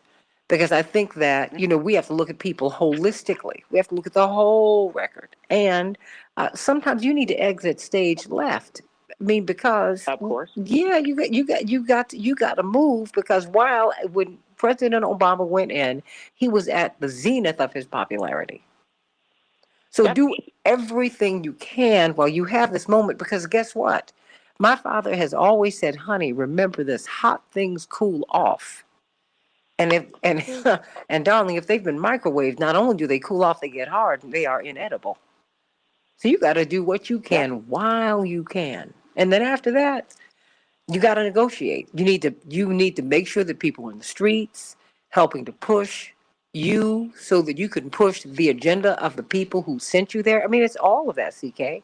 Because I have an enormous amount of respect for Ruth Bader Ginsburg. I mean, my goodness. As women, we've got to respect her. And I do respect her. But I can still be critical and say, that was not such a good thing. Because look at what we got now. And it's not just her. I get it. But it's like, oh, my gosh. Because we still effectively have a 6-3 court, no matter what Chief Justice Roberts did. That's what we've got. And, and they are going to overturn, they're going to gut affirmative action. They're going to do it. And you're right.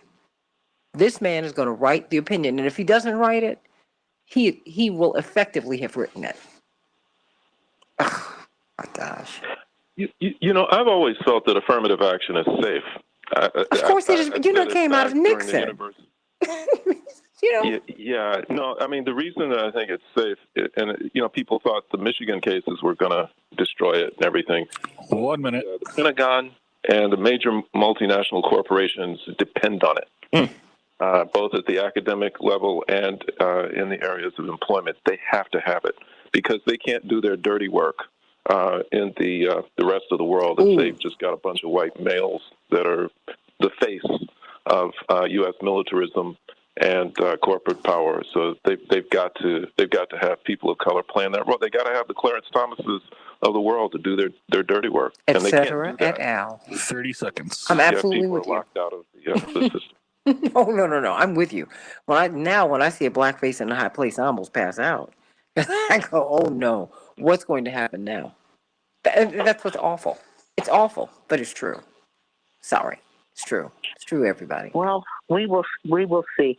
10 seconds. Your perspective, and I pray it is safe. I doubt it is though, because I think it's coming.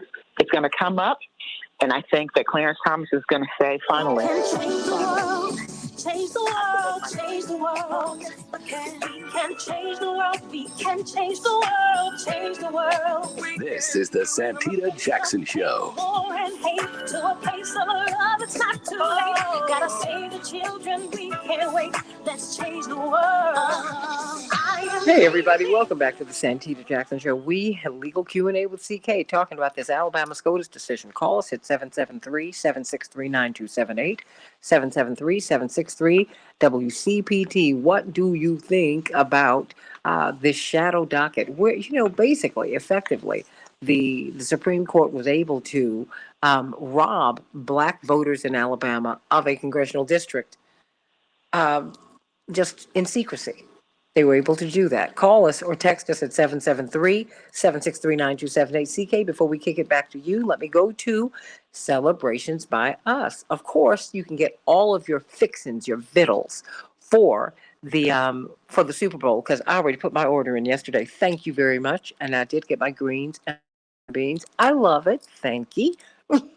But you also, before you get into what you can do for the Super Bowl, your son, Courtney Copeland, you have a foundation established in his name, and you're doing a lot of good. You're going to have a gala um, in his honor, and really in the honor of all of these children that you are helping through this foundation. Tell us about it, Chapearl.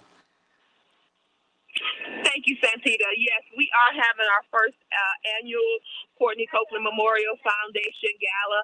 That's going to be on March 5th. You can get your tickets at eventbrite.com, keyword Courtney Copeland Memorial Foundation.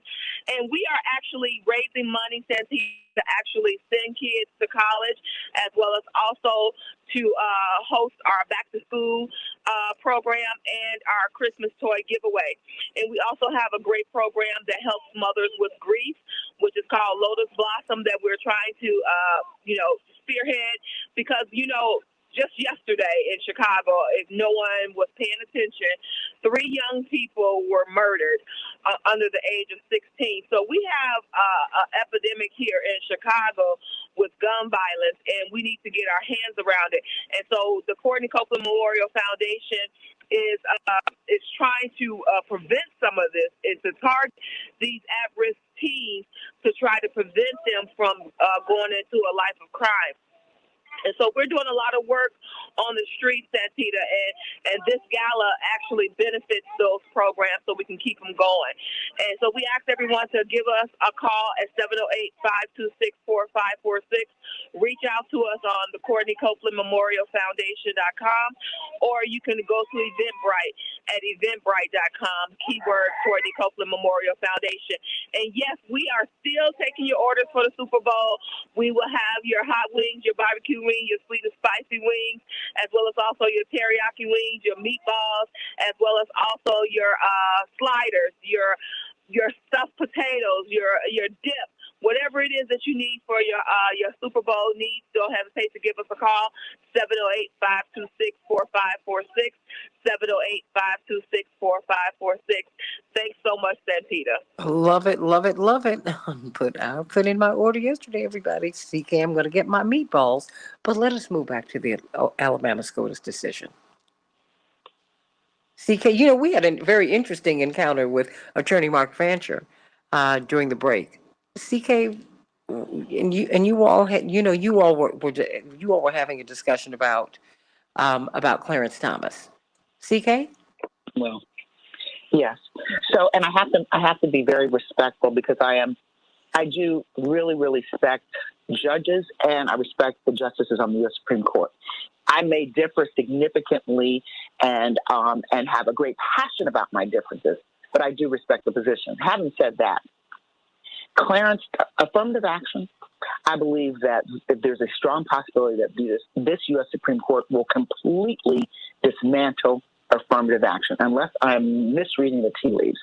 And I do believe that Justice Clarence Thomas, will position himself, this is where the conversations happen, to be the person to ink that opinion. And Mark Fancher, who I respect and who has just a great wealth of knowledge, information, experience, and is an extraordinary lawyer, is saying that he always felt that affirmative action was safe. I just don't think it's safe anymore. Not with this U.S. Supreme Court. And I dare say that we have to look at what's happening in the country. We are now in a position where we can't even in our public schools teach about some of the history of African Americans, of Black folks in this country. Now we probably are not going to be able to teach or even speak about gay rights at all in some schools in this country. There's a movement afloat to restrict that dialogue as well. So what happens next? We're going back in time in terms of making progress for the betterment of this country. So given that that is the case, I think affirmative action is on the chopping block. Well, then, I hope I'm wrong. well, Mark, what did you mean? Well, I completely hear what Attorney Hoffler is saying, and I agree with most of it. But here's the thing, that affirmative action has been targeted by the right wing over the course of any number of years. Each time when cases have come to the Supreme Court, everybody has been afraid that this is the beginning of disaster, that we're going to lose it, and we never do. And I've always concluded, and I think I'm correct about this, that the reason we've never lost it is because the powerful interests in this country they have to have it. The Pentagon, which sends troops into the Southern Hemisphere to dominate countries and to exploit and to rape and rob these countries, they can't do that if the commanders and the frontline soldiers and everybody else giving orders are all white men. It just doesn't look right, and they can't do it as successfully. Multinational corporations, which send their representatives into the Southern Hemisphere and in other parts of the world to do business where they can set up deals that will allow them to exploit and oppress, they just can't do that if they've got, just white men who are doing it. The U.S. Supreme Court can't make rulings like the one that we're looking at in Alabama if they just got white men doing it, so they have to have a Clarence Thomas. And the only way that they can get these brown and black faces to do their dirty work is to have the pipeline open to them through the schools and in employment. And so affirmative action has been very effective in that. And each time it's been challenged, the corporations and the Pentagon have weighed in and said, we have to have this. Now, the one thing that I do hear what Attorney Hoffler is saying, which I agree with, is that we've got to change now. We've got a freaked out white population which is finding its influence in the highest places. And, they have always hated affirmative action and would love to see it gone. The question ultimately will come down to a couple of things. One, to what extent have the multinational corporations and the Pentagon preserved their dominance or control over the Supreme Court and the way that it rules? And the other is, to what extent have the justices that are on the court maintained at least enough integrity to be concerned or conscious about interests that are different from those that are represented by this freaked out white population? And, I think that, there is at least some evidence that they may not have yet descended into being political hacks. And I think you see that with the decision made by Justice Roberts in this case. Before, early on in the show, we had the call from the brother Noel, and I thought he made an astute observation. In the case of Shelby County versus Holder in 2013, it was Justice Roberts who delivered the majority opinion there. And in that case, what he did is he said that the pre-clearance requirement of the Voting Rights Act, which basically means that when you have a state that has a history of racial discrimination in voting, wants to make a change to its voting procedures, that it can't do that unless it gets approval or pre-clearance from the Attorney General. Justice Roberts said in that opinion that 40 years had passed since that provision went into effect, and that in that time, black people had made great political progress, and you don't need that anymore. And that prompted, Justice Ginsburg's dissent, which is most famous, where she made the analogy. She said, if someone's walking through the rain and they don't get wet, and it's because they have an umbrella, you don't say, well, they don't need an umbrella anymore because they're dry. The pre-clearance requirement was our umbrella. It allowed the progress to be made that Justice Roberts was making reference to. So in his naivete, or his not-so-naive way of looking at this, he said that we didn't need this anymore. And now when he sees this case come up, and he sees that, I was wrong. They did need that. And he's trying to, preserve whatever protection may exist in Section 2, then that prompts him to make a last-ditch effort to preserve his own, at least the perception of his own integrity, or at least the rightness of his previous decision. So, a lot depends on a lot of things, but and we can never be sure of anything in America. But I continue to have faith in the amorality of the Pentagon and multinational corporations, and the fact that they will do anything to impose their will on the institutions of this country. And if they want affirmative action, then I think they're going to have it. Well, That makes a very interesting point, I think, there with regards to trying to determine where the Supreme Court actually is headed and what are they guided by. Are they guided by politics or are they guided by law? And I think that, what we see being demonstrated from this court now is a court that's guided by politics, not by law, that's guided by popular opinion, not by law. And I say that to this point, to support it, that we know that in dealing with the current Alabama case that the court just, messed up, my opinion, it went through the U.S. District Court as well as through the initial appellate court.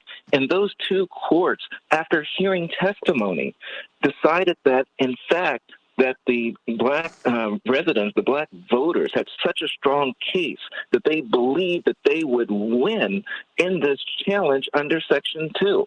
And despite that finding by, and let's be clear, when it went to the appellate court, there was 3 judges that listened to it on that panel. 2 of those 3 judges were Trump appointees. They decided that the black residents, the black voters, would probably prevail in this case, and therefore the redistricting, as it was done in Alabama by that state legislature, should be put on hold. And that's what the Supreme Court then took and said, we're not even going to listen to the argument. We're going to lift this stay and let this go in place, because of what I would argue is the popular demand that's there at this time from that white community, saying, we don't want any guardrails on this thing. We want this whole thing dealing with voting rights undone. And that's what I think this represents. It's interesting that we hear the argument made that, after it's done, this is the argument that the Supreme Court justices put. Well, we'll put this on the October docket to be heard, but we're going to undo it and let the harm occur now. Well, the reason that it was stopped was because of the irreparable harm that this is going to cause. What that means is that in Alabama, that the black voters that would be entitled to at least a fair shot at a second black congressional representative will not have it for this election. Will not have, and if they claim that they were wrong when the Supreme Court hears it in October, they say, "Oh, we're so sorry. I guess we shouldn't have left that. We shouldn't have let it go in place. We should have kept the stay in place." So that's a part of what's going on right now. And I hear you, Mark. Respect all that you say, but there's a large argument that exists right now that says that perhaps Justice Roberts is not really the leader on the Supreme Court. That perhaps this is really the Clarence Thomas Court at this point, because everyone is shifting to that far right, and that he's leading from that position. But Justice Roberts he is from the far right. If you track his career, when he was brought into Washington in the Reagan department, he's always been far right. That's why I'm not a lawyer. You all are the lawyers here. Just as a layperson, I know that some of us will fall on the sword, whatever institution we're in. And I see him making, and many people have written about it, far brighter than I, far more trained than I. And they have said, look, he's making institutional decisions so that the Supreme Court doesn't look that partisan, so that they do not look that bad, so they do not look that racist, so they do not look like they favor the oligarchs as they do. And they do. They just do. And I think we need to just look at the fact that something is tilted and wrong about the Supreme Court. I mean, I respect the institution and I hear you, but something is real or something is rotten in Denmark. It's rotten and it's rotting the CK. They're making decisions that are going to take America all the way back. It means we're going to have to fight harder, but CK, wow. We've got Paul from Seattle. CK? Yes, I'm here. You are absolutely right, Santita. That's why I said we're taking steps backwards. But whenever we're in a position where we take steps backwards, the key is understanding and recognizing it, as your father's always said, because that redoubles our efforts to fight. But it all starts with voting, registering to vote. Because if you don't even have the power to vote because you haven't bothered to register to vote, when you have the ability to vote, then what you do is you silence your ability to have a voice. And for those who are fighting every day in this space, they are fighting so that you do have a voice. Well, let's go to... Yes, well, no, keep on. Oh, Mark, please, yes. Yeah, I want to suggest, in terms of, a way of analyzing this, I think that ideologically the court is right-wing, crazy right-wing, but when decisions are made in anything in America, they fall into one of three buckets and sometimes multiple. Either they involve social issues, political issues, or economic issues. When you're talking about social issues, whether it's abortion or anything else, then that's one thing. You're talking about political issues, which include voting. That's another thing.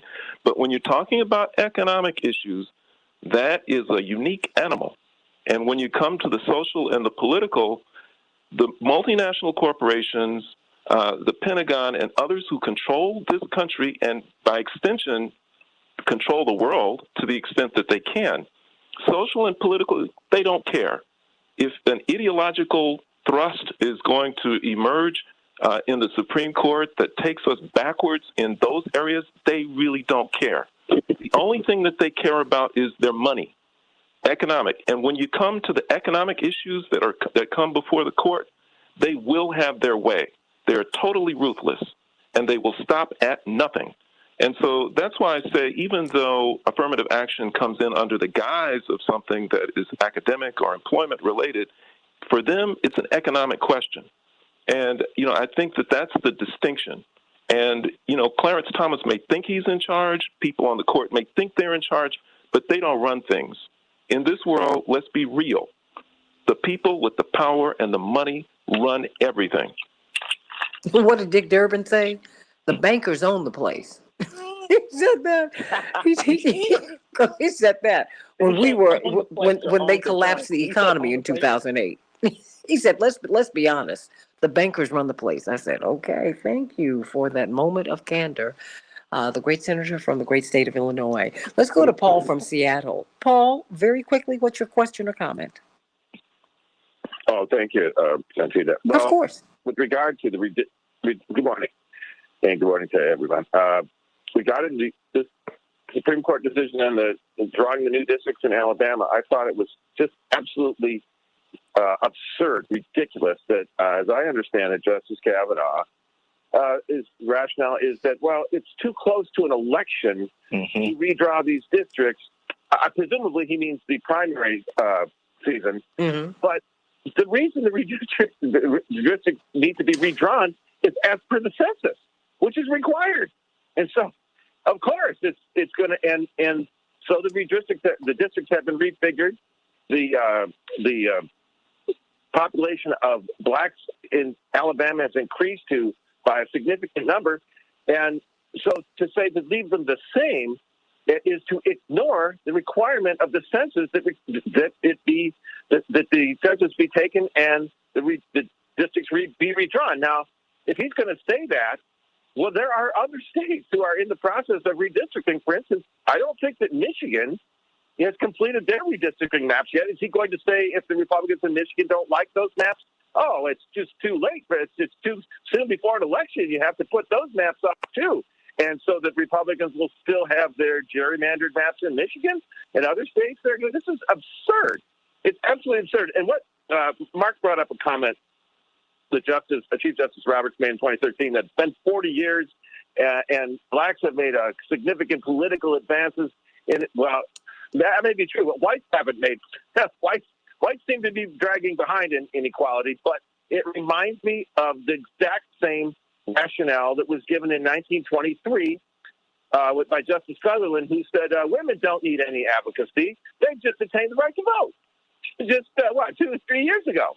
So they don't need any advocacy. And yet 100 years later, we're still arguing about whether or not women have the right to make their own reproductive choices. And that's the rationale. Oh, no, they don't need advocacy because they've just got the right to vote. And blacks don't need advocacy because it's been 40 years. This is the same old argument. This is the same old baloney that they offer. And yet the absurdity of Brett Kavanaugh's rationale is astonishing to me. It's astonishing. CK, I've got about 3.5 minutes left here. Well, I think, our caller makes a lot of excellent points. It's not just Alabama. We know that the North Carolina Supreme Court just struck down Republican gerrymandering. Mm-hmm. Okay, we know that. We know, but this is what happened in Alabama. You have things go through the process and then they escalate up to the U.S. Supreme Court. So when I say that the impact, the consequences of this decision regarding Alabama is going to impact Wisconsin, Louisiana, Pennsylvania. This is throughout the country. These are states, those three states, and North Carolina, as we said, are right now, the courts are going to rule on Republican-drawn maps in those states. So this is happening throughout the country. This is part of a very, very well-planned, well-thought-out, orchestrated effort that is working, ladies and gentlemen. So when there's victory in one state, like Alabama, just snuck on through their shadow document, you can call it whatever you want to call it, shadow, secret, whatever. The Supreme Court is perfectly within its boundaries to do that. We may not like it. I certainly don't like it because it smacks in the face of the transparency that we have come to expect or believe should happen with the U.S. Supreme Court.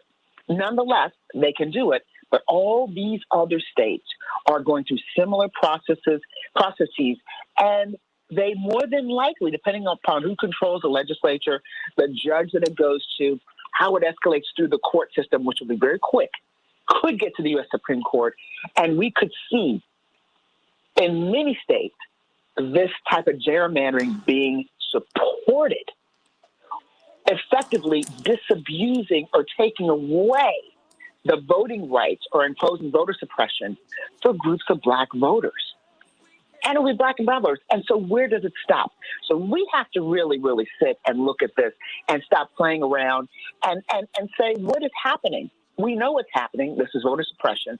And so we have to continue to demand that the president pass more and more and more and more executive orders in the cut until we have a federal law that reestablishes the rightful parameters of the Voting Rights Act, gets rid of the damage that Shelby County versus Holder created, and get back on track so that everyone has the right to vote in this country. Absolutely. This is really, really very dangerous. Well, I want everybody to stay on. CK and Attorney Darrell Jones and Attorney Fancher, if you can give me about 5 minutes on the other side, everybody, I want you to meet me on the Santita Jackson Show YouTube channel so I can get some closing thoughts from Attorneys Jones and Fancher. This is a conversation that we have to we have to keep it going. We have to keep it going. And you know what? It's ironic, CK, Attorney Jones, Attorney Fancher, that this is happening in Alabama, the Selma to Montgomery March. Let me tell you, I want you to call Rainbow Push. Do you want to go to the commemoration of the march? I think this year is going to be especially exciting given the attack on voting rights. So call 773-FREEDOM, 773-FREEDOM every year. My father and Rainbow Push take a bus trip down there. Maureen Forte, Mo, love you, Mo. She has gotten her bus together. And so, Mo, I need you to work with us because we need to get some people. We need to populate these buses and get people down to Selma. Oh, Lord, sweet Selma. March 5th, 6th, and 7th, as we commemorate the Voting Rights March. The march across the Selma to Montgomery, quite frankly, that gave us our voting rights. It earned us. It won us our voting rights. And we're going to all be down there March 5th, 6th, and 7th so that we can really be energized and make that happen again. Everybody, stay right here on the Santita Jackson Show YouTube channel so we can get some closing thoughts from these brilliant lawyers. Thank you, CK Hoffler, Legal Q&A with CK. And what are we going to talk about tomorrow? I don't know, but it's going to be great on the Santita Jackson Show. Sending you much love. Thank you, Matt.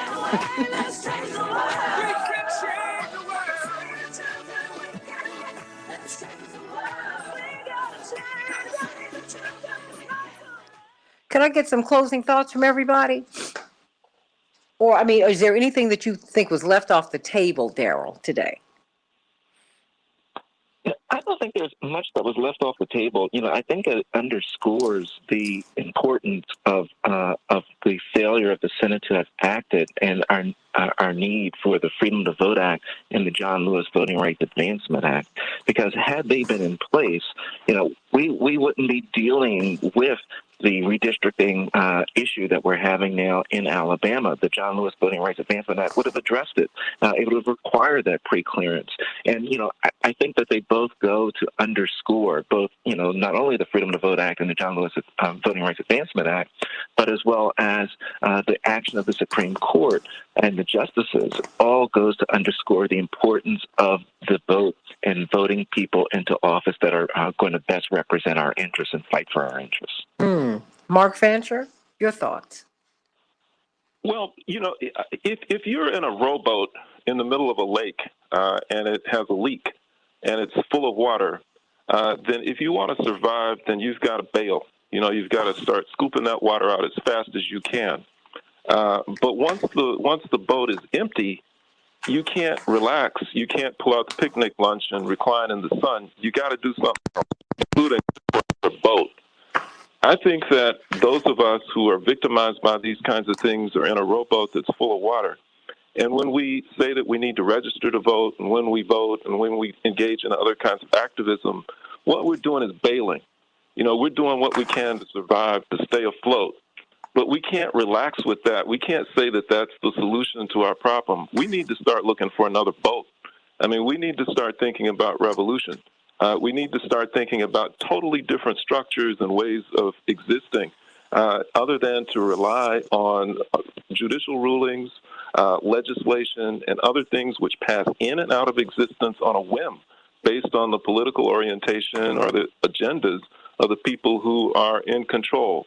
So, I think we need to do that. And, beyond that, many people say that the Supreme Court answers to no one. Well, they do answer to God. And I think if more of us pray to him, we can have the Supreme Court do some amazing things that we would never imagine. Well, God can do anything. God can do anything. God is a miracle worker. I agree with you, because I think that's what's missing in all of this. When we look at our four parents, CK and Attorney Jones and Attorney Fancher, these were praying people. I mean, when you get to Selma, and I hope you will go there March 5th, 6th, and 7th.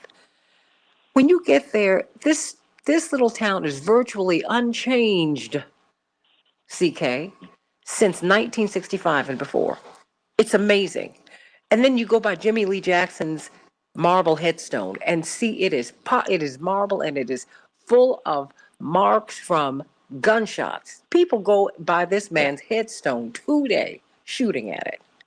Then you drive by the side of the road and you can only imagine what were Viola Liuzzo's last moments like. You walk past where the cafe was, where they beat Reverend James Reeb to death. You need to see this place, because this place is about as big as your living room. That's a little bit of hyperbole, but not much. And it is virtually unchanged since that time. And those people in that town changed everything for us. Because Mrs. Amelia Boynton sent Dr. King a letter and said, I need you to come by here, please. Attorney Jones, I'm sorry. Yeah, and Santita, don't leave out, Selma is 80% African American. Oh, come on now. And there's one community college that's there. And what's the name of that community college? George Wallace Community College. And you need to go down there and absorb the culture, right? You really have to go there and absorb the culture. You have to see it, because it is just outside of Selma. That is where Mrs. Jean Young and Mrs. Coretta Scott King are from. These people come from these places where they had to live with that kind of oppression. I mean, it's just, and Daryl, you get there and you're like, Evelyn Fancher is from there too. Oh, I'm sorry? I said Evelyn Fancher is from there too. That's Are my you mother. Serious? Bless her heart. She knew Coretta and Jean Charles when she was growing up. They were girlhood friends. Well, let me ask you this: what was it like for her down there? It is pretty much as you would imagine. They lived in a little enclave. The social life of the black community there revolved around a missionary school called Lincoln School in Marion, Alabama. And the things that they did at that school were quite remarkable in terms of culture and education and everything else. It was like a little island of enlightenment that existed there, and it's no surprise that those women came out of that environment. But at the same time, the economic conditions were, as you might expect, in the rural South, and there were limitations on what people could aspire to. My mother had a double major in chemistry and biology, and in another time might have gone on to have some type of a career in the sciences or something like that. She had to teach school. My dad, who was from Birmingham but met her in Marion, undergraduate major was in physics, but he knew he wasn't going to get a job with the precursor of NASA, so his advanced degrees were in education, and that's what his career became. So, I mean, it's pretty much what you would expect, I think, for that time. Yeah. Oof. I mean, that's a deep thing, and that's what I see a through line here. When we have Bryce Green, young African American, a student from Indiana University, who wrote this brilliant piece pulling together, really what's happening in Ukraine. And the fact that our government worked with Nazis to overthrow their democratically elected government. There's something going on here. There's something going on here. We need to pay attention, everybody. We need to pay attention, and you need to get involved. You need to get involved. You owe it to yourself to take your children to Selma. You do. Your children need to see. I'm part of what keeps me fueled, Mark and Daryl and CK. Our parents took us places. They didn't just give us things. They were like, no, no. I remember my parents sent me to Denmark for several months. A very dear friend was teaching over there, and he invited me to come over there with his wife and daughter. And I came home and I was out with some family friends, and we were shopping, and there was this really expensive coat, and this friend of ours said, "You need to ask your father for that coat." And I was like, "Oh, okay, I'll go home, I'll ask him for it." And I never asked for much, but I told my father about the coat, and it was like the Cosby Show episode when Theo wanted the Gordon Gartrell shirt, and my father and mother looked at each other horrified. They said, "Do you know you were just in Europe and in Cuba for 4 months? Wait. Hi, that's that coat. You're going to be just fine with your down coat this year and your sweaters and whatnot." They took us places. They showed us things. You got to go through. You got to go through Selma and Marion, which is smaller than Selma, and see people with the Confederate flags in their yards. You need to do that. And you need to see the black folks who live in the projects in Selma today. You need to do that. You need to see the reluctance that so many of these people have when they see black people who look like they're halfway free coming through. We stood in the middle of a town in Mississippi. I'm so glad I got a chance to be on that Southern Crusade with my father when he was registering people to vote. And it was undetermined as to whether it was going to be he who was going to run for president. He was still trying to convince former mayor of Atlanta, Maynard Jackson, and former mayor of Atlanta, Andrew Young, to do it.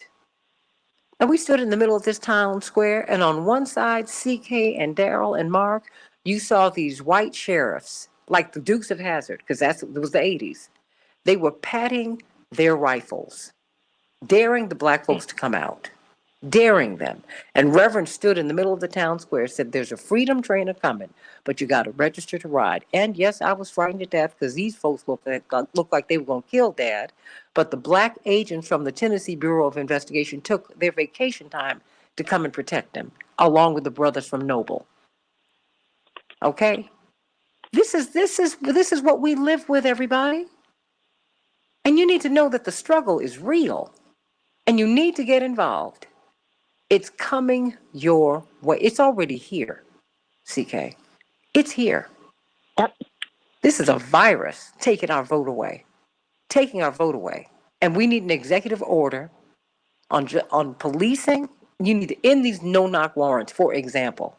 And you need your voting rights.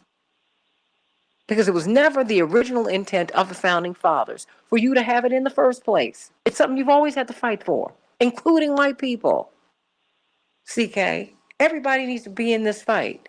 This is real. Robbing black folks of a congressional district in Alabama, really? Terry Sewell is it? Come on, friend. That's not what I'm saying. I'm saying, wait a minute, really? That's it?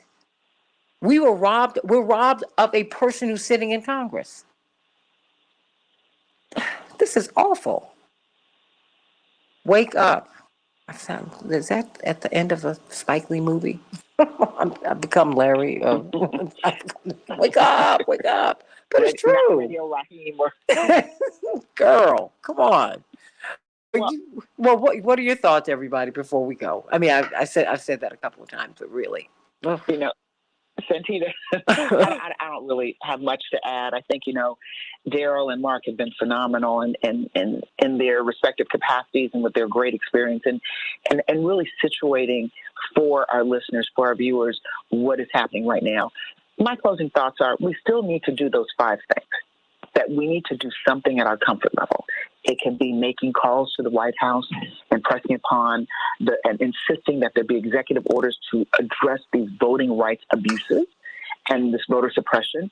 You can reach out to members of Congress, especially the U.S. Senate, because we're going to have confirmation hearings on the next U.S. Supreme Court justice, so that there is equity and fairness and not a charade and a circus like we've seen in the past. You join organizations or contribute to organizations who are out there fighting every day, such as Rainbow Push, such as Transformative Justice Coalition, such as the NAACP, such as Action Network, Urban League, or your local grassroots organizations. If you can't do so yourself, you can be a part of the protest. If that's what makes you, if that's where your comfort level is, and that's what makes you feel like you're making a contribution. And finally, we all need to pray. We all need to pray, because we're living in perilous times, difficult times, troubled times, all kinds of pandemic-oriented times.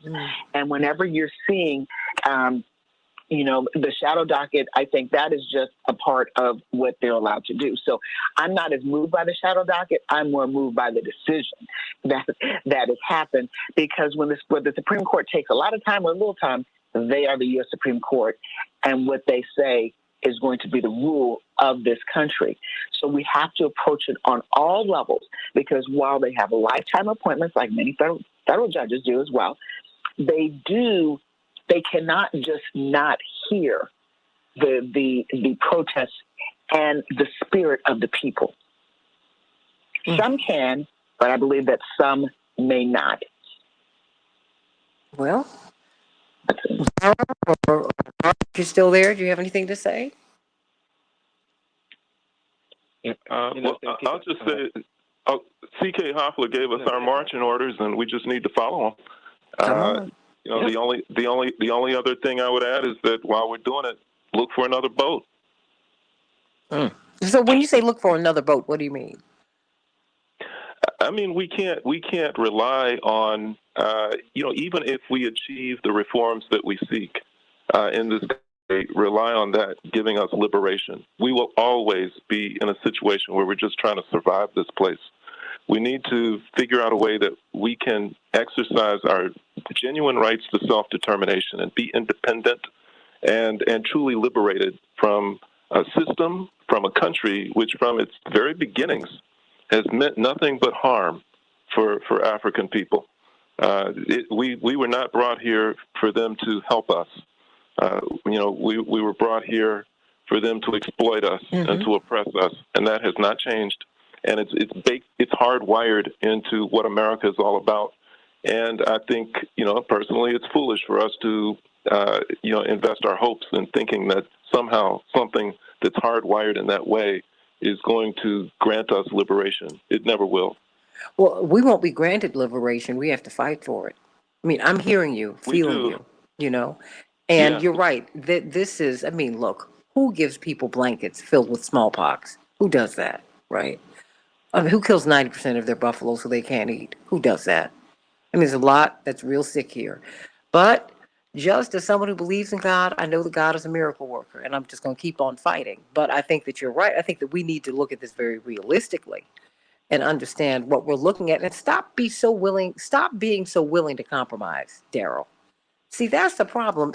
Many of the financial settlements that were given to indigenous people, my mother pointed this out to me. I had to look it up. I said, she's right. They refused to take money from the government. They said, you can't pay me for what you've done to me. At some point, we have to take those stances too. It's got to stop. This injustice, how we're treated, it's inhumane. And you know what? Now it's hitting everybody. Quite honestly, it always hit everybody. But now people are beginning to feel it. So, I mean, this is we have to grow up in our politics and stop being needy for everybody's acceptance and need your freedom and your liberty and need justice. That's what you need. That's what you need. That's what you need.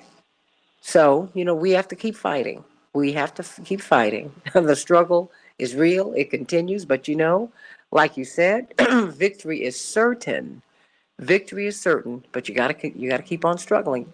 Daryl, do you have anything you want to say before we go?